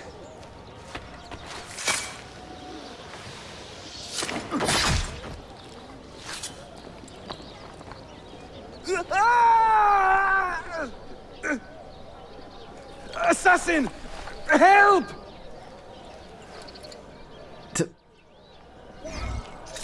Amazing impression there. I bought it.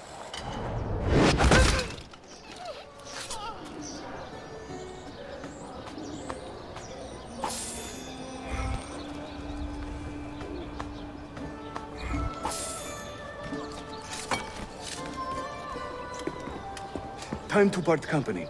I'll head to the bazaar. You stay here. Do you see that tower? See. The Galata Den. Evet. I can't be in two places at once, but with you here, I don't have to be. Haydi rastgele.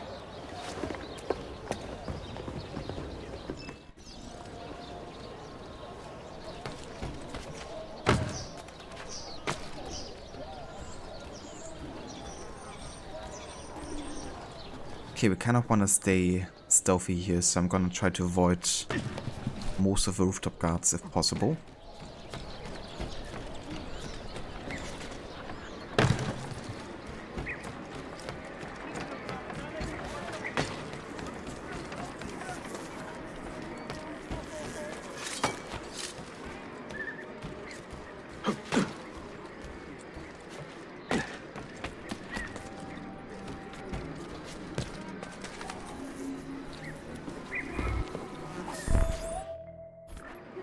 Unebuk, Sheriff Usta. Is Yusuf with you? An attack in the city demands his attention. What is our situation?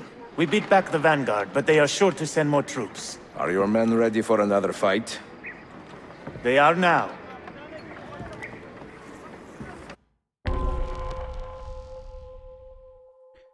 On the defense. The Templars are preparing to attack the Galata assassin den. Lead your fellow assassins in its defense.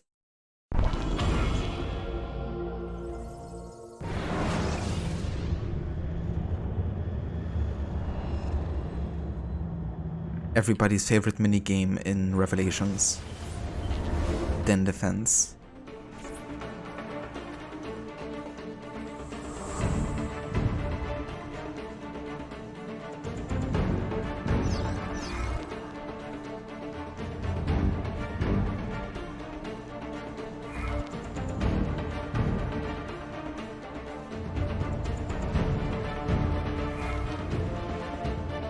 Make your stand there. Hold there. Okay, so we gotta place assassin leaders here to be able to recruit other people on top of rooftops. Then we can place crossbowmen. I need you to hold that point. Make your stand there. Defend that area.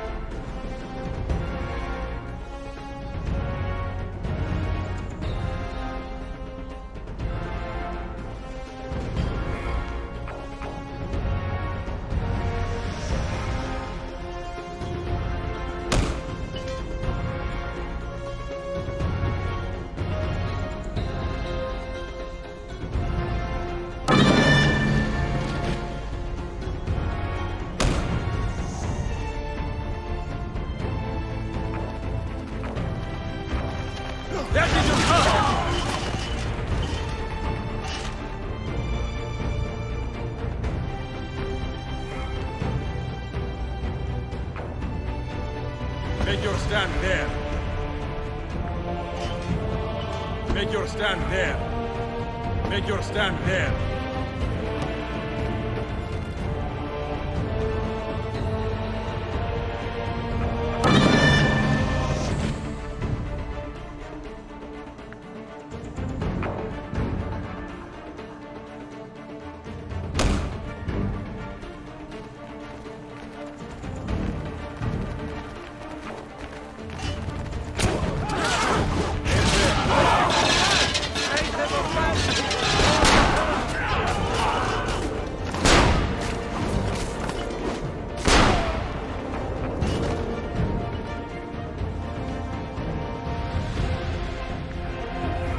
Make your stand there.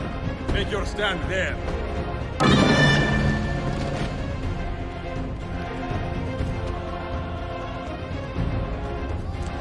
And hey there, Grace. Welcome in.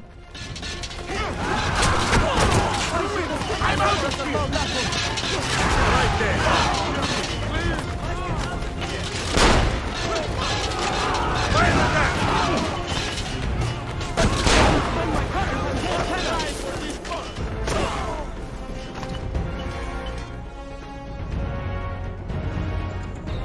I think that does it.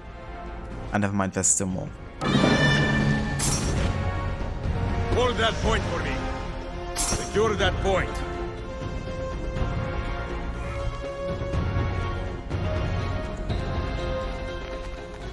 Was that an AC origin sound? I'm not sure. Depends what kind of like sound you're talking about.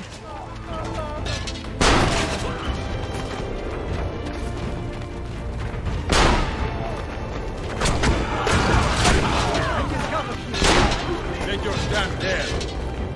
Make your stand there. I need you to hold that point.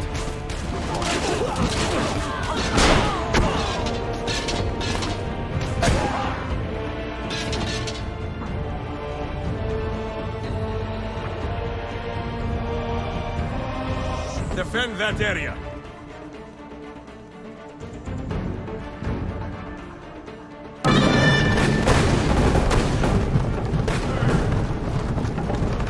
Gonna place riflemen. You pay attention to that. Stand there.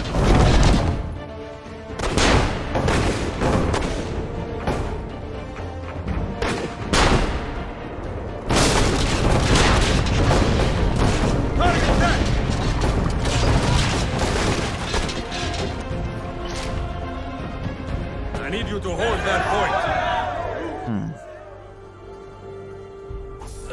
Not sure, to be honest. But it could be, you know, because the same team that actually worked on Revelations went on to work on Black Flag. And they also made Origins. So I guess they have kind of like some assets they would be reusing over the years.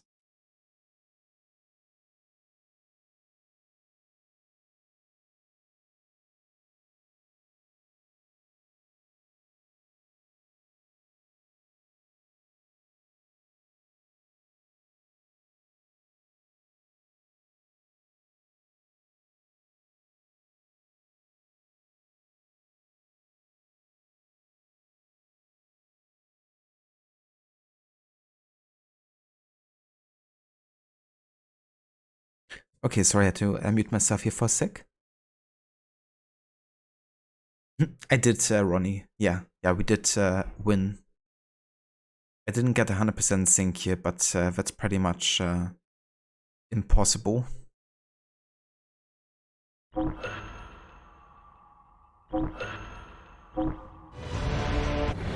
Nice, we unlocked the Air Assassins. Could be helpful.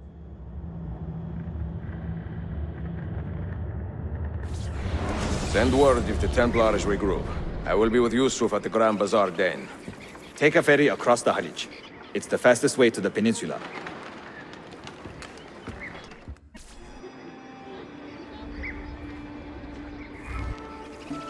No worries, Ronnie. Thank you for dropping by and for saying hello. And yeah, I hope you have a good start to Chronicles Russia if you're starting it today. And yeah, definitely catch you later.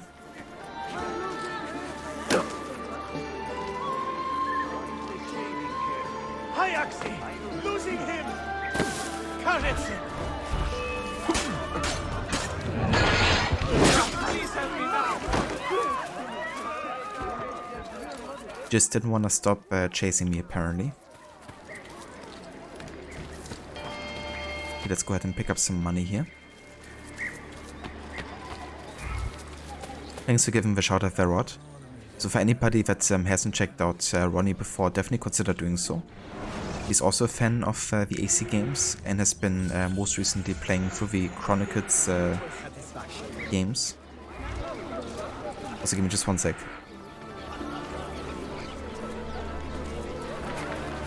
I'm only visiting! I don't know what's going on! I'm a part of history!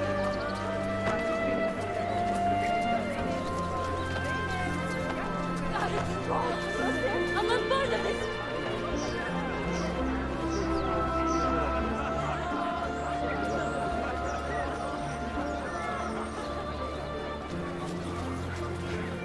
Okay. And yeah, he's also been playing Rockstar games as well, like Red Dead Redemption, GTA, and many more. So if that sounds like something you would be interested in, definitely go ahead and check out Ronnie's channel. Okay, let's get the blacksmith here.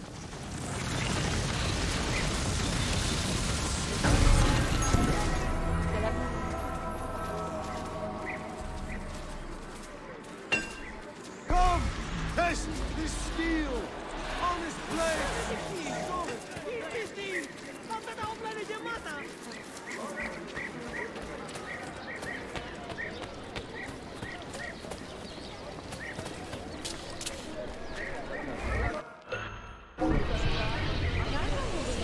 The doctor doesn't hurt either. And actually quite useful for stealth because he's selling poison. Which is really, really good for stealth because it doesn't attract like immediate attention to you. Whereas with like an insta kill, you know, that's different.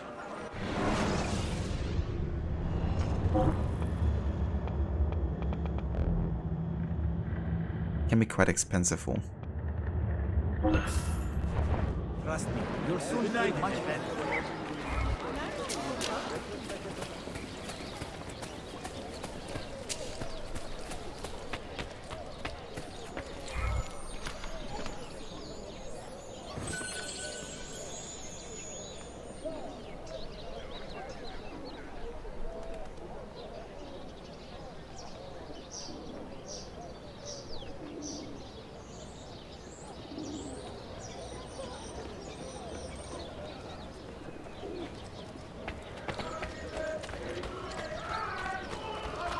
He was actually a herald.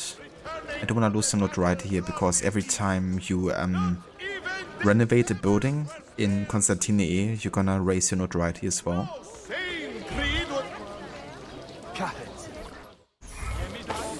And then we can steal it back.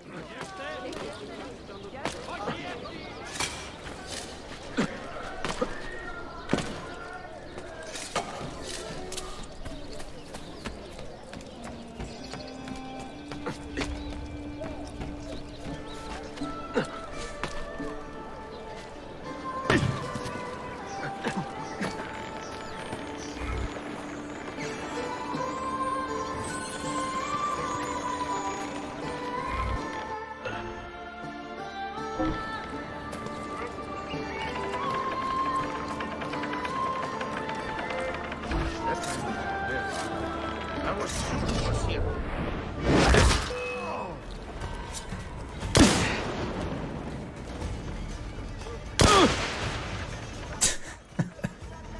bomb thrower.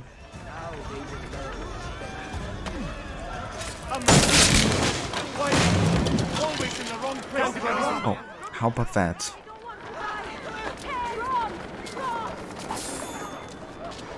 Thanks for the money.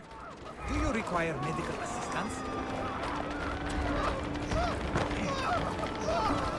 It's definitely funny how you can do it like in AC2 Brotherhood and Revelations. To bribe the Herods only to steal the money back, essentially.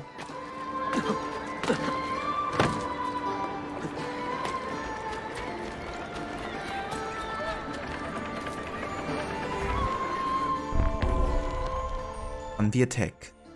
The Galata den is now secure, but Yusuf has not returned from his fight. Go to the Imperial den near the bazaar to find him. Full sync. Do not create any conflict in the Imperial North district.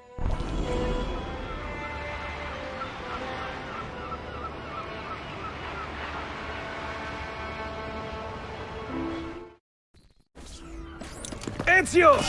Come meet my new friends!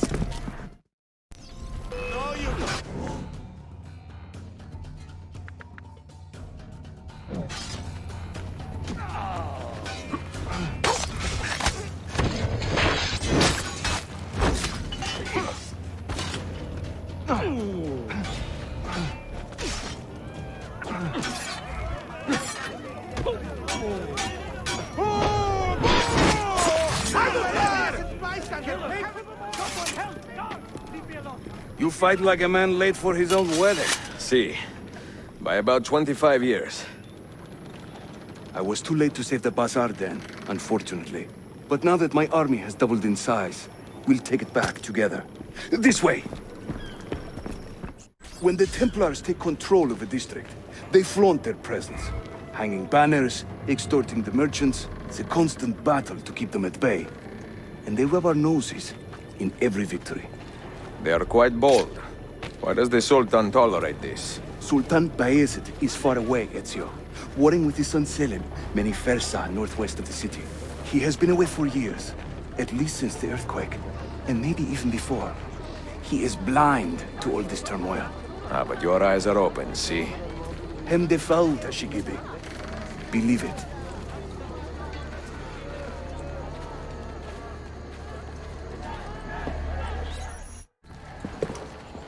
Too many to engage directly. I am not confident a smoke bomb will help us here. Smoke bomb? Ezio, it's time you Italians joined the 16th century. These do not obscure. They distract. That was too close. Better check it out. Too close. Who set that off? You see? They can't resist. Let's move. You are full of surprises today. Crafting explosives is a new hobby. One we borrowed from the Chinese and have taken to with great passion. You will have to teach me. Who is the mentor here, Ezio? I'm beginning to wonder.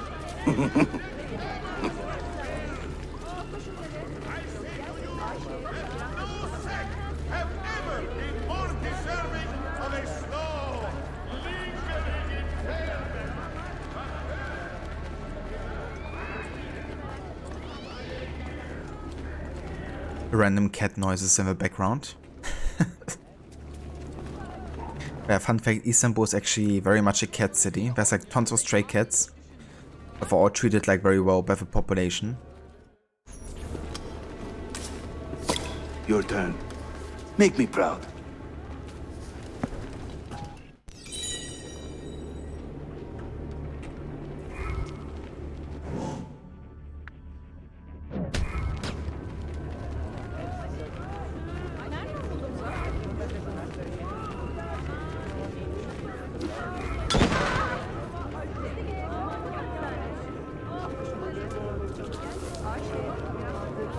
There they go.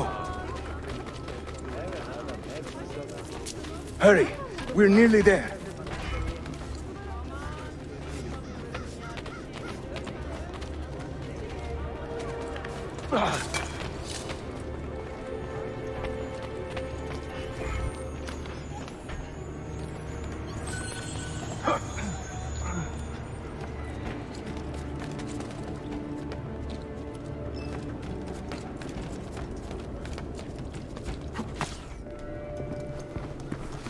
This is another of our many dens, taken by Templars, as you can see. Somewhere among this rabble is a Templar captain. Kill him, then climb the tower and light our signal fire. This warns the Templars that it is time to pack up and go. Bene, you create a distraction. I will send them home.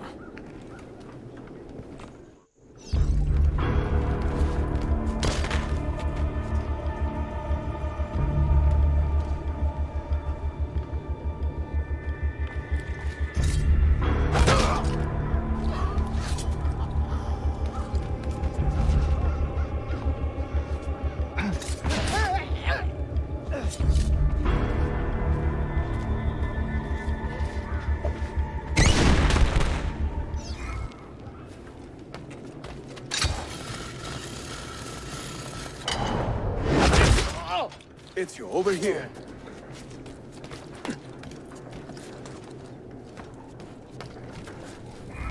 Whenever the Templars commandeer one of our dens, they leave a captain in charge.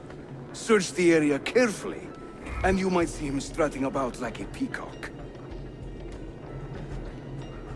Use those legendary senses of yours, Ezio, and scan the streets. You'll find our target.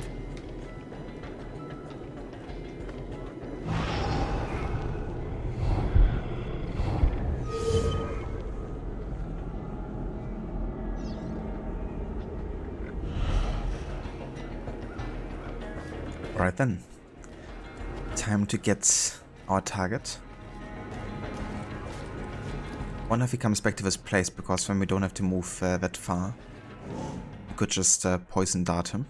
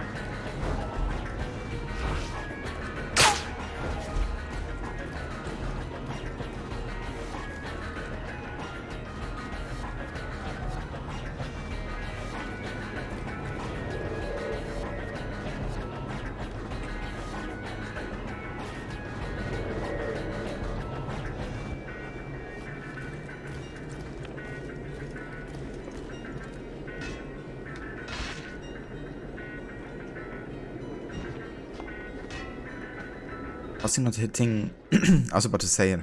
Now he's hitting his other guards.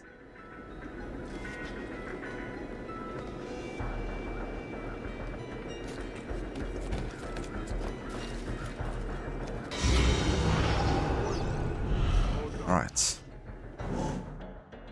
Anybody see anything unusual?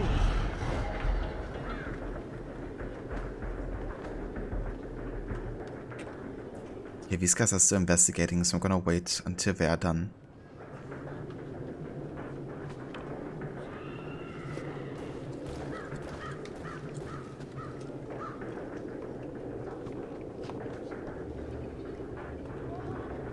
What you love this piece of music has a bit of a strut to it.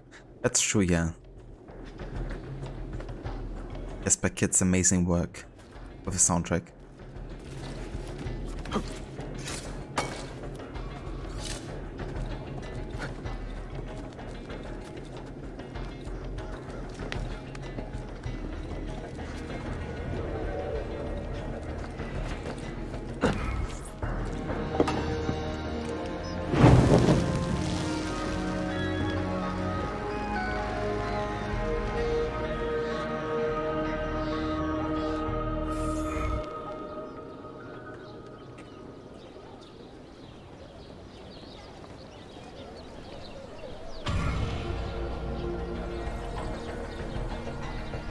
So that's the end of sequence 2, I believe.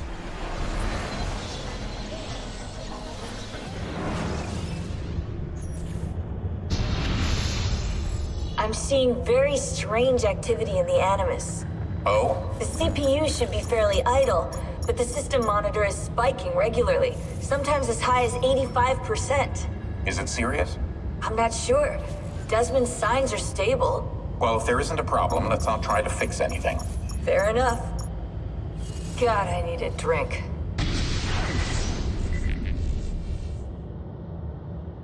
Yeah, I bet Rebecca.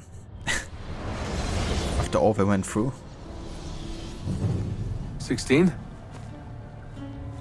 Desmond, think about this. What if I went with you? With me? Where? It could work. Just for a while. Until I found a way out. Another body, maybe, or a... I don't know. I don't want to be here anymore. That's not going to happen. I'm sorry. No. I guess I had my chance. And I wasted it.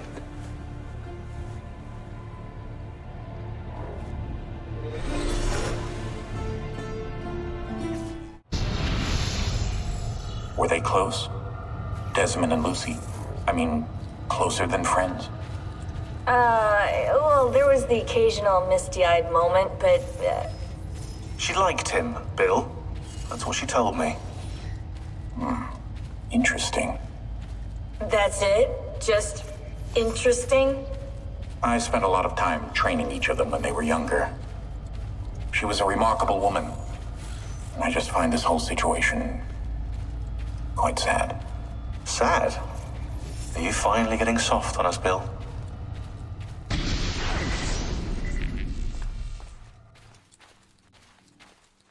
Yeah, I think it takes more than that to get William to that point. No kidding, Afro. It's like, come on. Gotta upgrade the Animus already. If only Shay. Oh, you mean Clayrod? Yeah, if only, you know, there was a way for him to get out of here. I mean, I guess they could do it the same way they've revived Juno, because Juno's conscience was also stored in the Grey. Similar to Clay's. But, yeah. I reckon that's not gonna happen for the foreseeable future at least. But I guess technically, like lore-wise, that could bring back both Clay and Desmond into like other bodies. But I'm not sure if anybody wants that, you know, including them.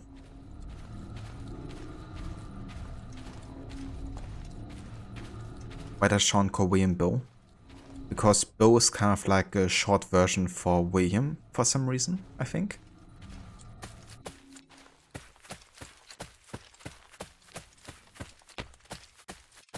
Hey there, Pri, welcome in.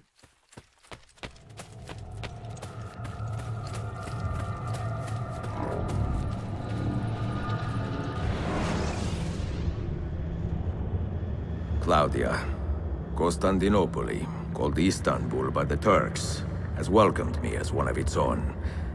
The assassins here, led by an affable fighter named Yusuf, take great pride in their city. A place as diverse and colorful as one could imagine. But it is a troubled city too. A rebellious faction of Byzantine Templars still fights to retain influence. And their recent attacks have delayed my search for the Masyav keys. But this will not last. As soon as I am able, I will begin looking for Nicolo Polo's former trading post, in search of clues that will bring me nearer to the Masyav keys.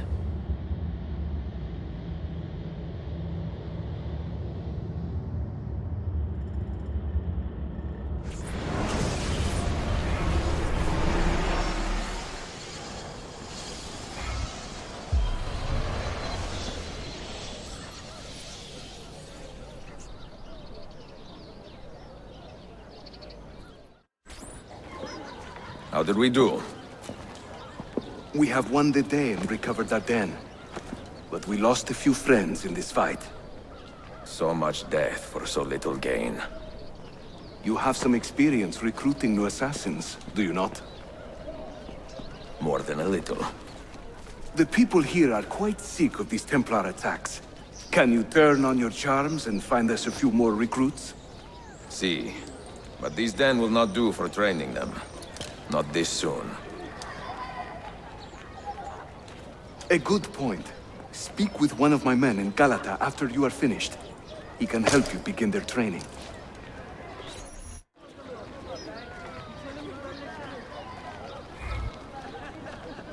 Yeah, exactly, Rod, you know.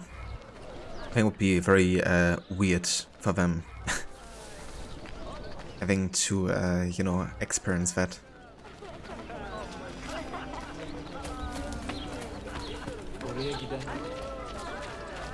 But yeah, I guess it would still be different than being like revived completely, because there's still, like, the conscience is still alive.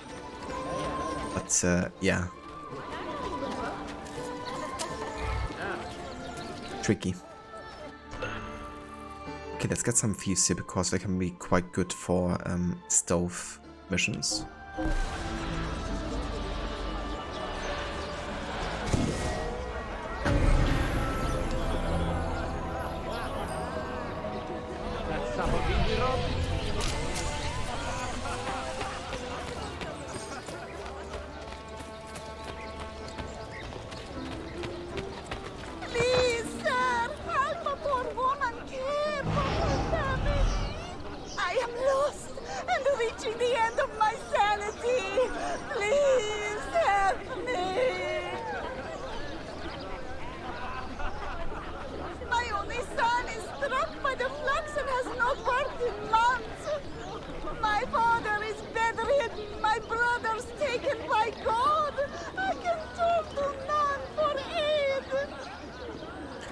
Kind of funny they chosen the same voice actress for the beggar woman that they did for in Akka in AC1. So funny.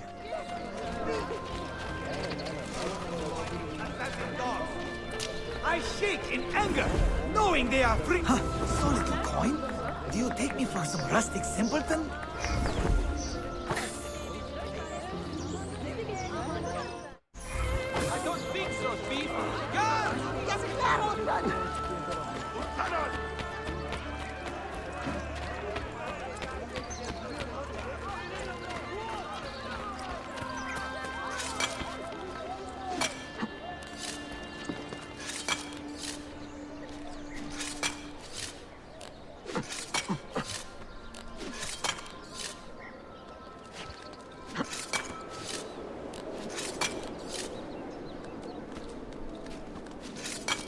Susan strikes again. Yeah.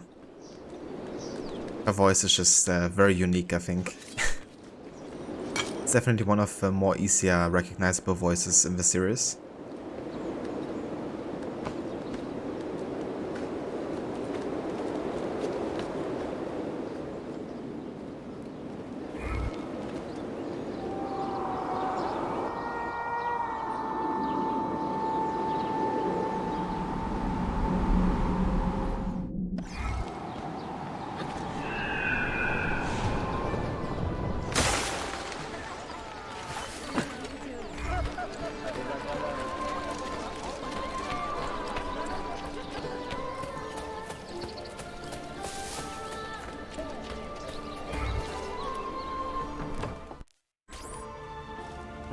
Interesting.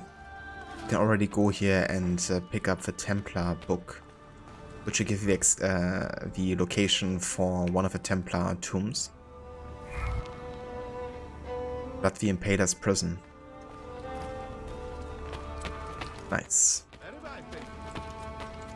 So it's actually the place where Ezio's love interest later will kind of like be for most of the game. We're gonna have like lots of cutscenes between the two.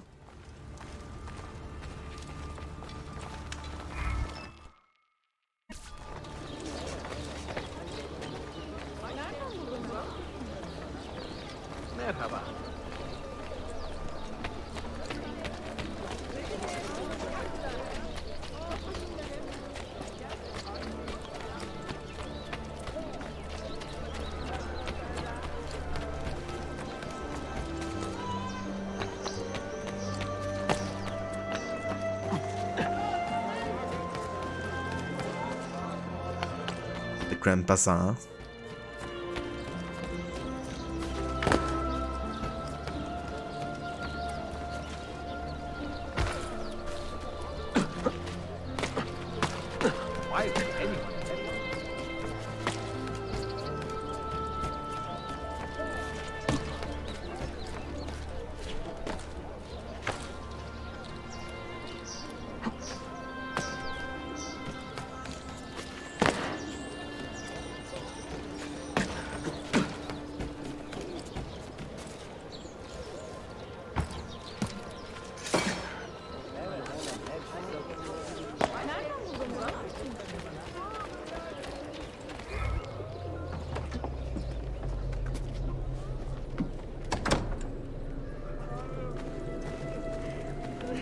Yeah, we got the gang headquarter missions. So similar to Brotherhood, you have like the different kind of like guilds in the city. You have the thieves, you have the mercenaries, you have the courtesans. Or in this case, the Romanis. But you have very little missions with them actually. Like in Brotherhood we had like, I don't know, 10 for each faction or something like that. In this game we only have like 1 per, pretty much. In general, they're really toned down with like the side content and like the amount of missions compared to Brotherhood, and really focus more on like main story and everything kind of like suiting that, I guess. I think part of the reason was also the limited amount of time, because Revelation, similar to Rogue, was actually a game they had to develop in a very short amount of time. Initially planned to be released for handhelds actually. They had the plan of making both Altair and Ezio part of the open world of Konstantiniyye, just like 300 years apart, pretty much. And yeah, you would be able to explore, I guess, the city at the different stages of time. But they had to make a lot of like, you know, kind of like compromises, I guess, to still tell the story they wanted in the amount of time they had, which was like maybe 10 or 11 months total. But yeah, I think for the little amount of time they had with Revelations, they did an outstanding job. Especially since they couldn't just reuse everything like they did in lots of times in Brotherhood. You know, with like assets like buildings and clothing and character models and all that.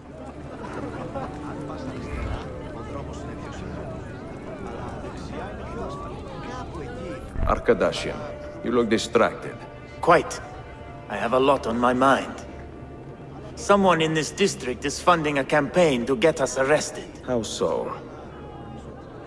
Well-placed bribes to Ottoman guards, tipping them off to our actions. We do not want a conflict with our hosts, but we are not keen to surrender to them either. Do you have an idea where this money is coming from? I hope to find out today. Would you care to aid me? I will make it worth your while.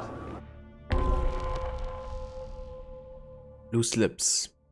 Thieving has grown more difficult due to an increase in snitching. Bait a snitch into leading you to the source of the money funding him, then eliminate and loot the source. Full sync. Using a thief group, lure the benefactor from a security zone before killing him. See, how can I help? We know that the Ottomans were paid a large bribe today. We are going to steal it. Once that happens, someone is sure to send an urgent message back to the money's source. Follow the messenger, and we will have our man.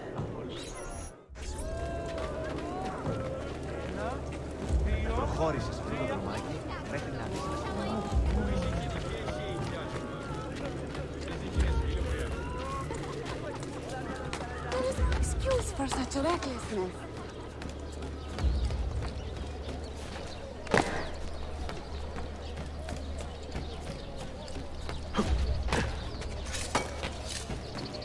That Brotherhood soundtrack here.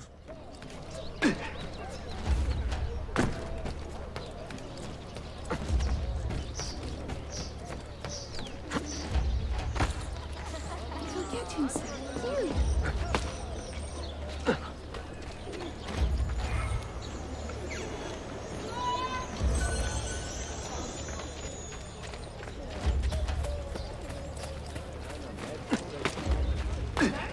only our food.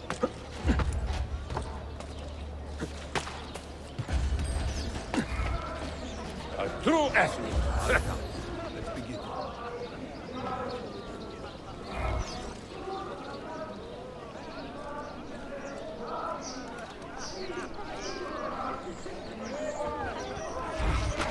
Yes, all right.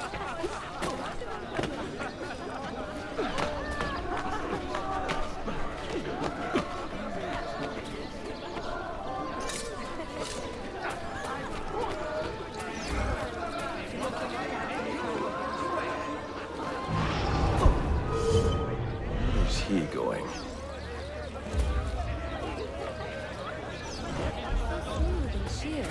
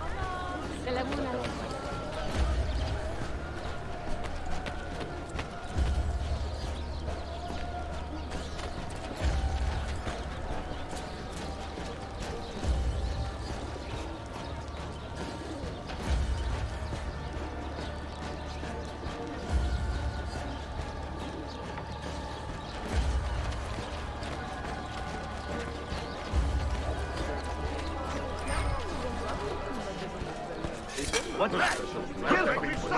Athlete, moving like the wind.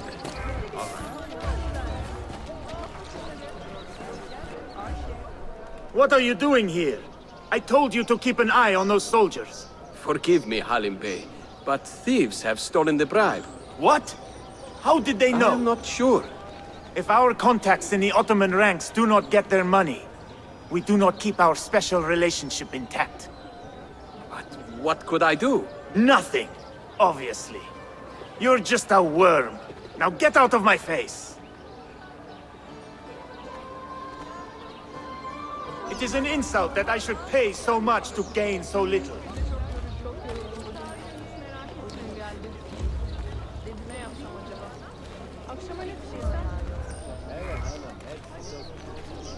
Done.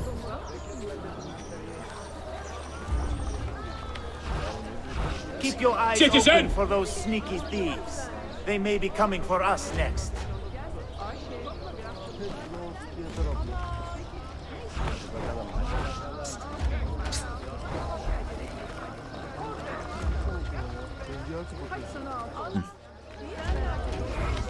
Perhaps my informant is not so crooked as he needs to be. We will not be using him again.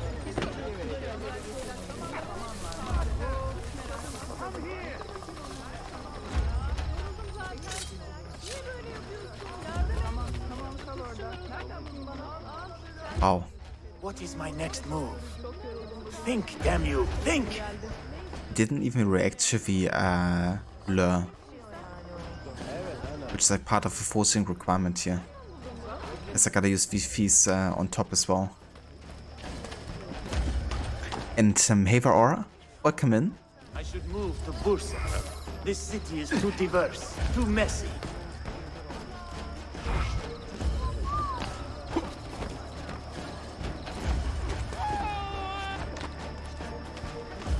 Maybe that does it.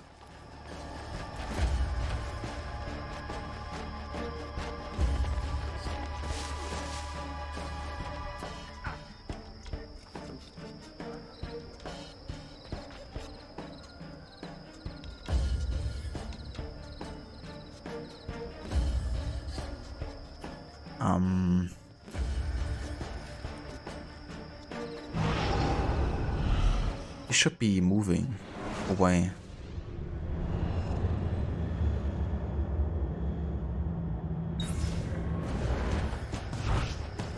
I guess I had to literally target him, not the guards next to him. Never mind. Is there like another thief group nearby? Who could hide from a man this skilled?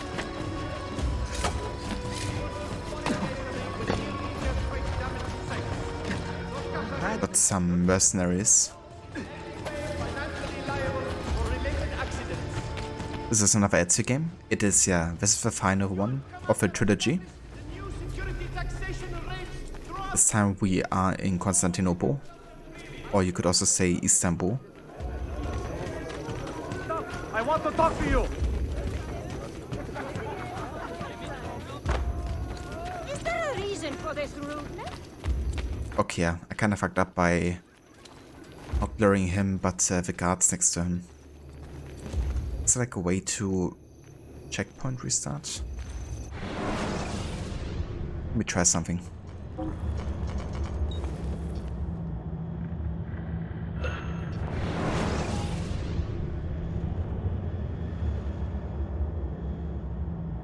It is an insult that I should pay so much to gain so little. Yeah, it works.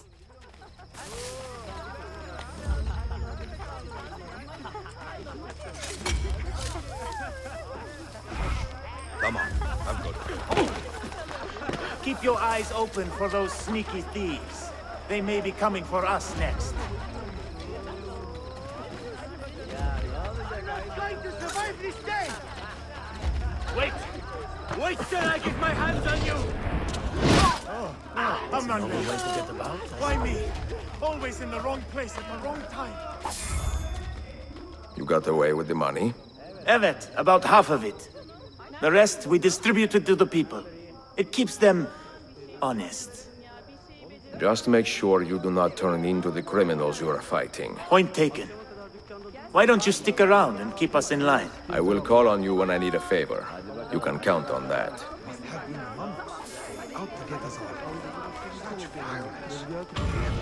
What happened here? Someone Nice. There we go. Wow. At his age, how does he do that? Tone is much darker already. Yeah, this is pretty much a common theme in Revelations, that they go much darker. Also with the Animus kind of like theme too. Which was pretty much like white and grays in the first 3 games. But now that Desmond is basically in coma, they kind of like reverse that effect to become much darker.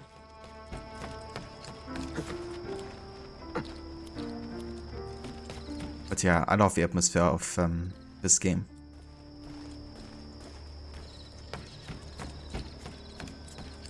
It's a very different feeling city as well.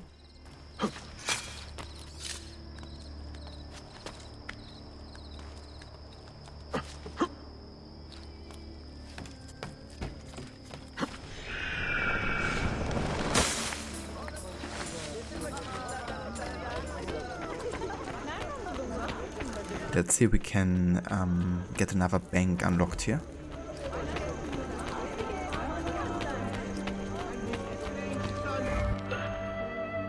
Yep, I can barely pay it.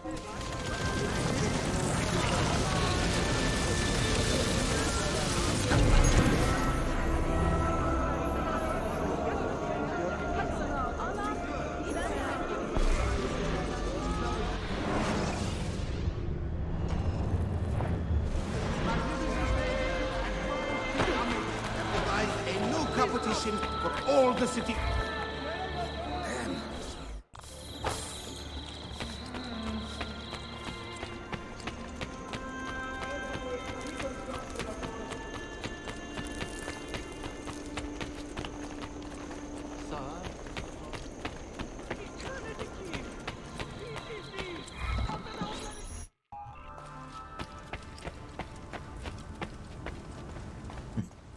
as Periorize.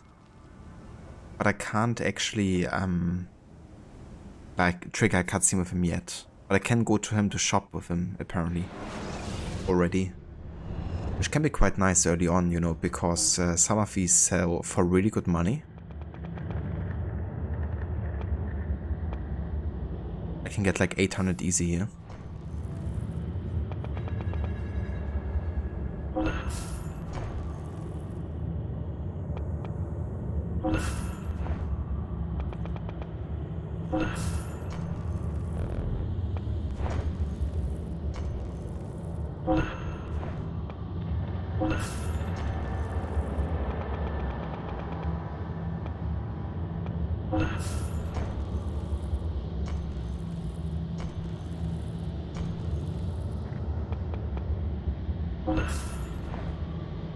Yeah, there we go. Got like almost 7k just by selling some bomb ingredients here. And the more you get, of course, the more money you're gonna make like on a regular basis, in addition to the you know, bank payout. That's one of the best ways to really stack up the money like early game. Because now I can renovate the entire bazaar essentially.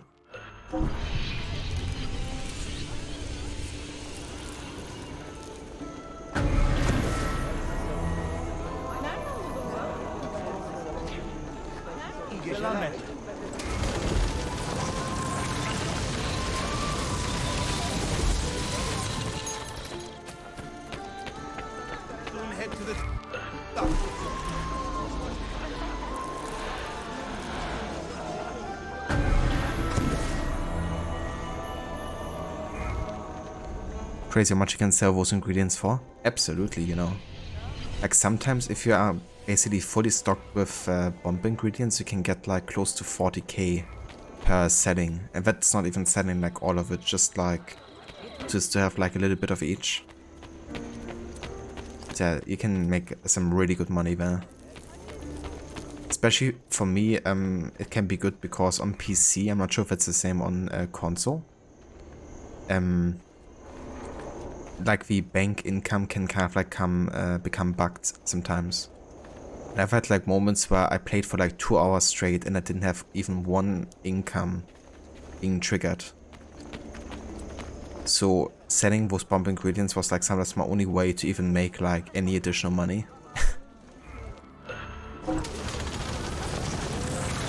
Exactly, you know, like getting all the renovations and all of the books during like a completionist run. At some point I just ran around the city trying to find as many bomb chests as possible.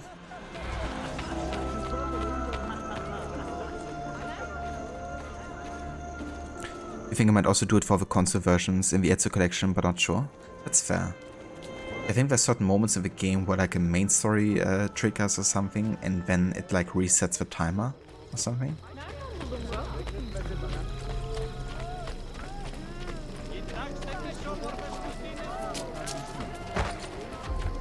Oh, Father, is that you? How did he escape? Has he lost his life?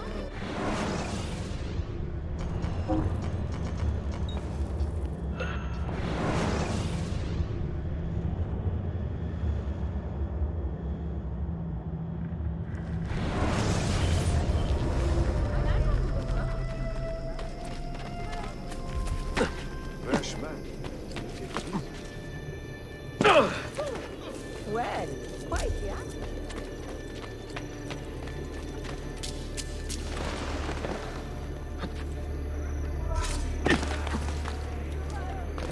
Total disrespect for propriety.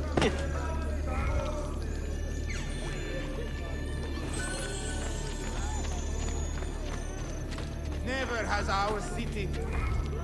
Arrogant.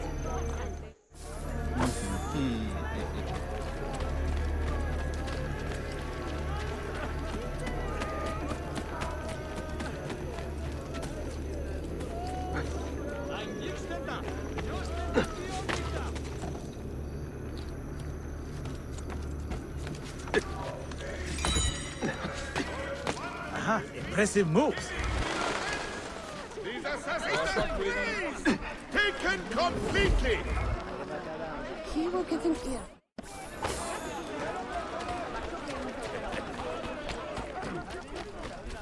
Don't even think about it.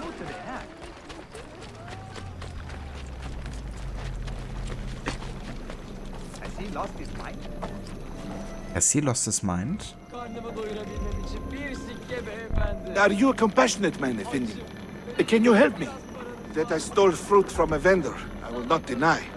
But only because my hunger has trumped my honesty. Bring me the key to these chains, and I will repay you tenfold. The prisoner.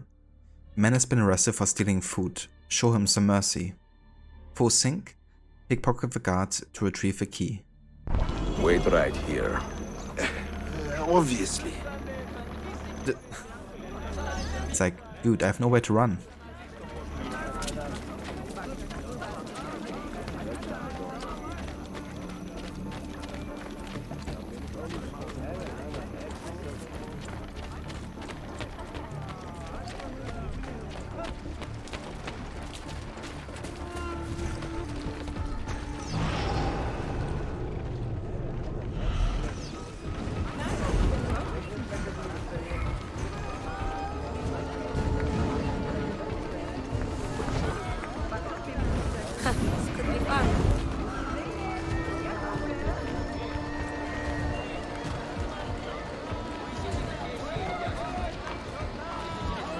I will not be able to make it tomorrow. We are going to...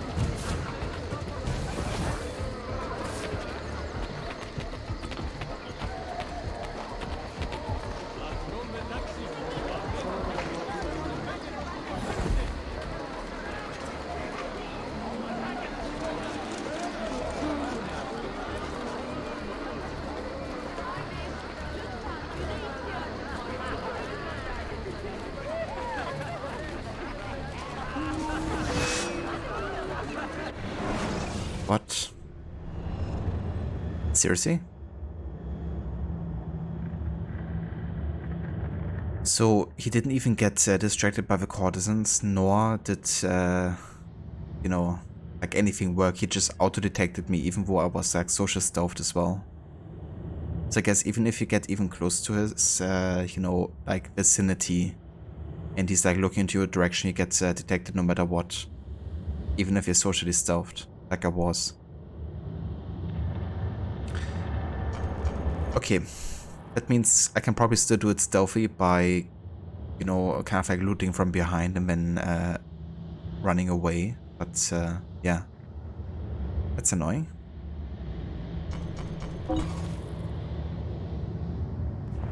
Let's see if I can actually change my outfit to check, kind of like create another checkpoint.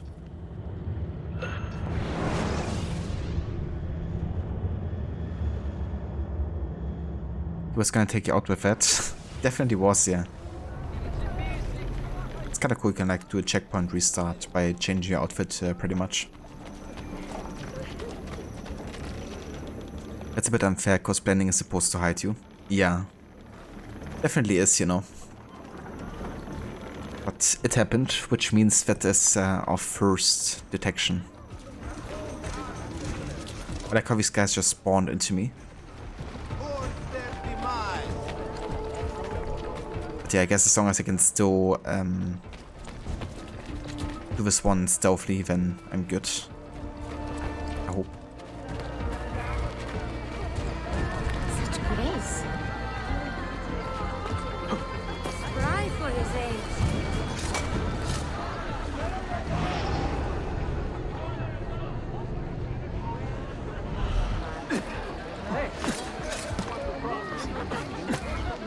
After you. Jesus.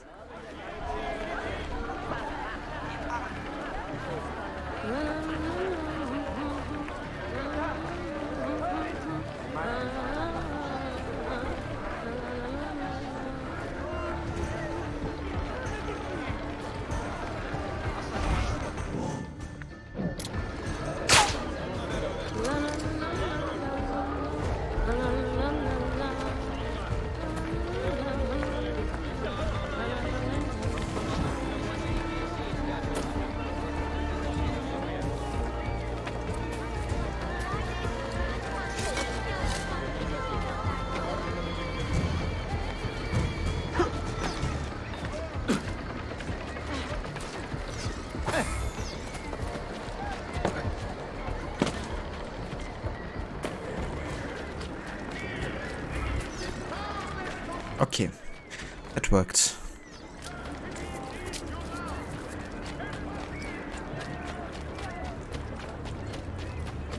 But yeah, kind of sucks that, you know, the social stuff didn't work there. But yeah, sometimes the detection system just works different depending on the context, I guess. Hey, the Nemesis, welcome in. Happy Friday to you as well. You humble me, Effendi. I will return to the merchant I robbed and show him the same kindness. After you have cleared your conscience, amico, consider joining our cause. To be an honest man, one needs honest work. I would be honored. Saul.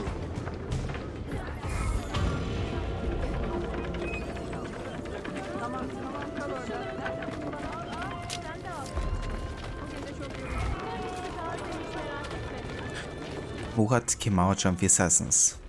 Oh yeah. Now we also unlocked our first assassin recruit to aid us in battle. He must have a death wish.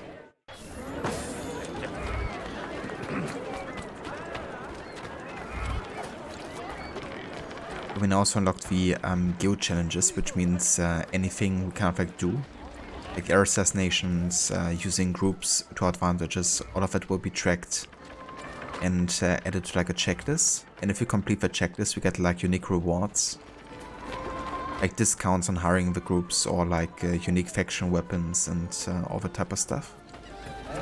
Or for the Assassin Brotherhood, it means that we can actually get a very unique armor set.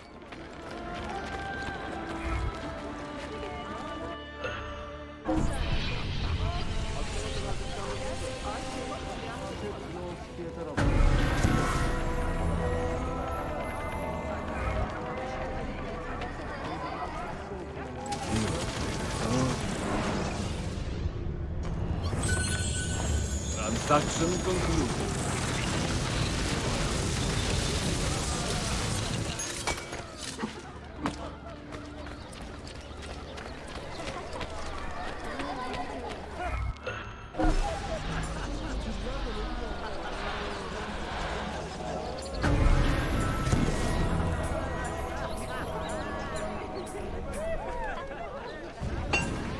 You will not find fairer prices than these, friends. Just look at my wares and see for yourself.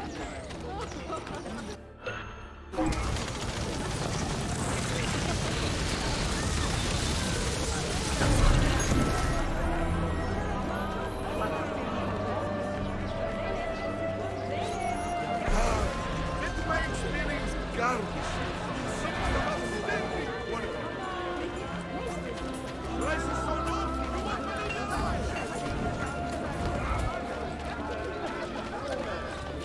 These assassins are brutal. Oh, dear God.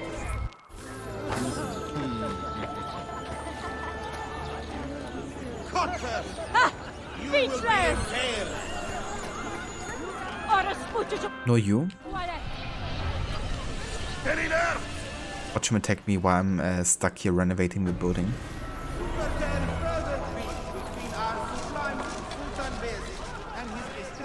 If you need aid, you are welcome.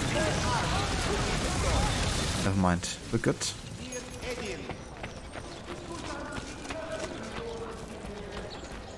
The latest breakthroughs in medicine, alchemy. We also have a bookshop here. Oh, that's certainly not a common sight.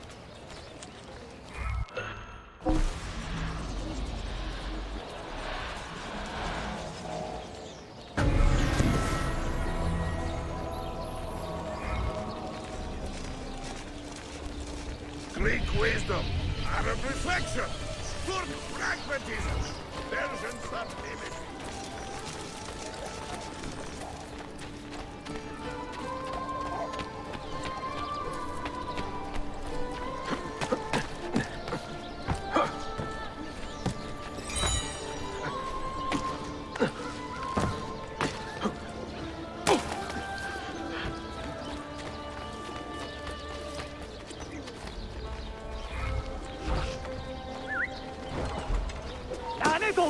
Come here, you!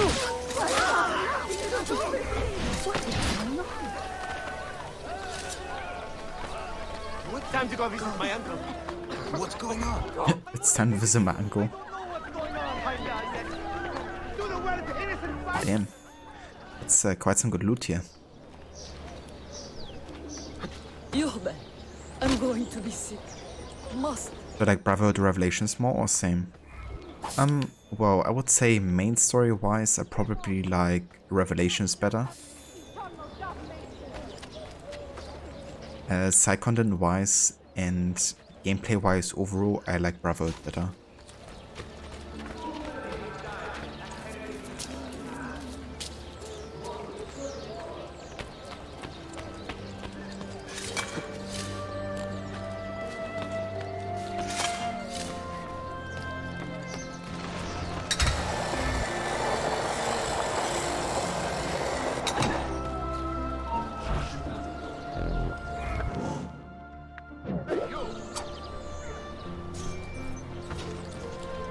So good that I can finally use throwing knives without being detected immediately.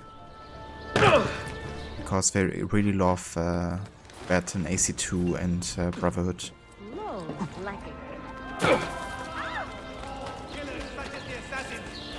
I say.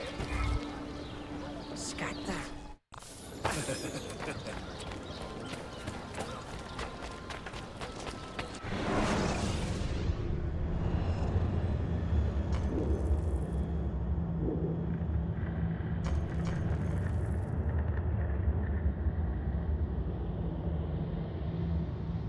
Okay, so the next main story would be up here in the Galata district again.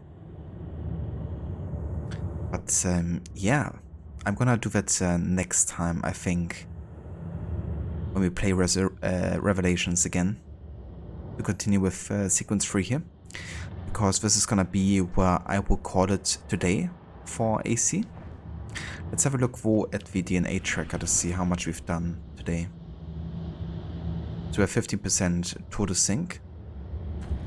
We finished both the first two sequences 100%.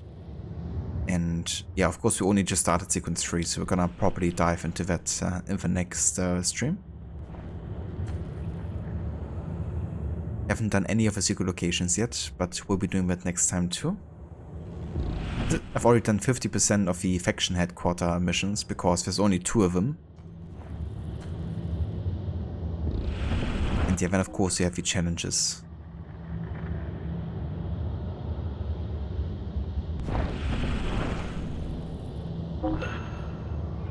Not gonna be doing all of them, but certainly a couple of them. I definitely want to try getting at least all of the assassin challenges done.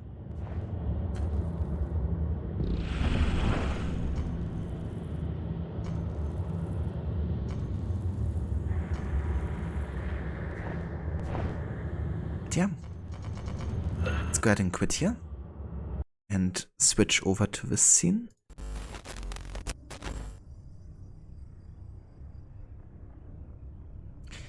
And yeah, then I would like to thank you all so much for coming by and for joining us today for the start of AC Revelations. We're gonna come back to this game, of course, next week and then properly dive into all of the side content, you know, especially the Master Assassin missions. There's gonna be a lot of them. And like building off the Brotherhood even further. And then, of course, we're also gonna be starting with the Masyaf key locations. So the tombs and then the flashback missions to Altair. Which is definitely a highlight in the game, you know, kind of like getting to explore both Ezio's and Altair's storyline further.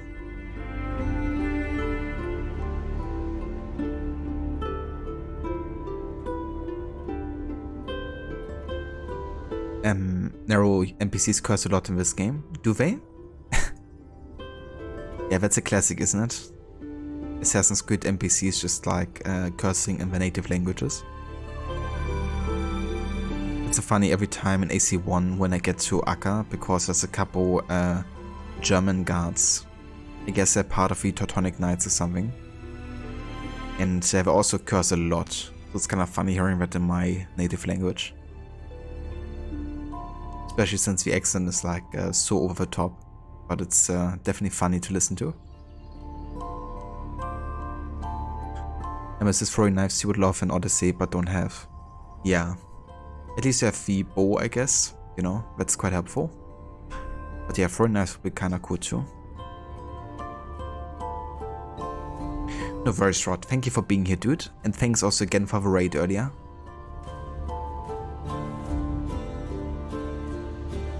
No worries, Aura. Thank you also for being here today. Hope you have a good start into your weekend. Yeah, next time again, Harbinger. Thank you also for being here. Yeah, all good things have come to an end eventually. See you later, Nero. Thank you also for being here and for joining us.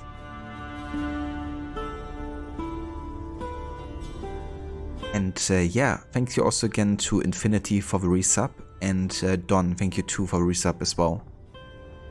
Zane Game Master, thank you for the follow. And Rod, of course, thank you for the raid again.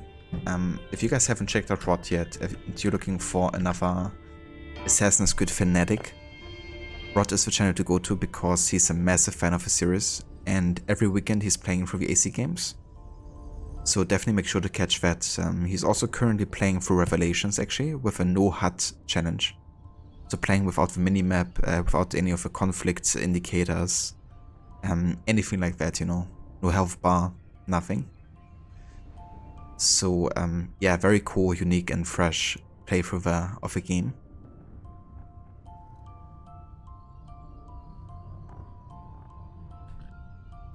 Also want to give a shout out to Maxi. Maxi has also been playing AC, recently with AC Syndicate. He's currently trying to beat the game with all of the Platinum trophies, or with a Platinum trophy, including all of the others along with it. So definitely check out that too. And he's also gonna be playing most likely for the rest of the series too at some point. So I guess Origins might be next.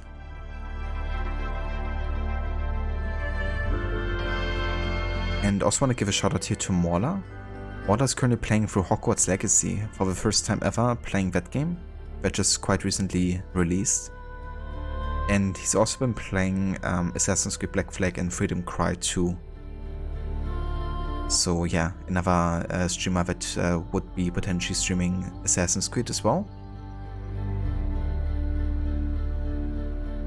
And that's no worries, Rod. More than happy to give you a shout out.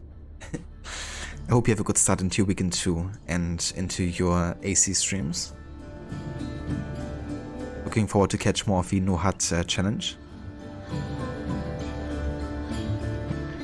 But yeah, today we're gonna go and raid out to Ronnie to kind of like keep it Assassin's Creed here today.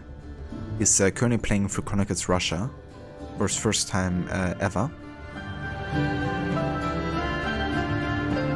Even has like a Russian hat to go with the game, apparently.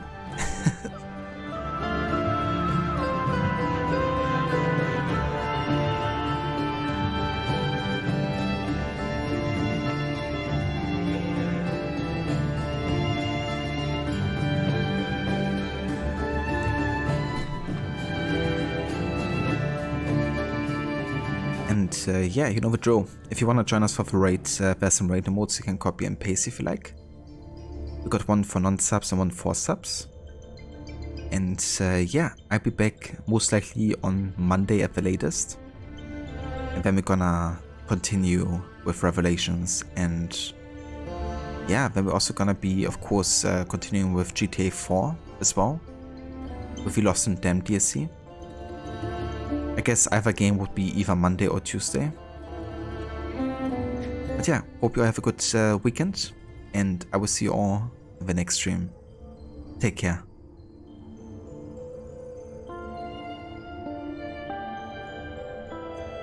Thanks, Rod. I will.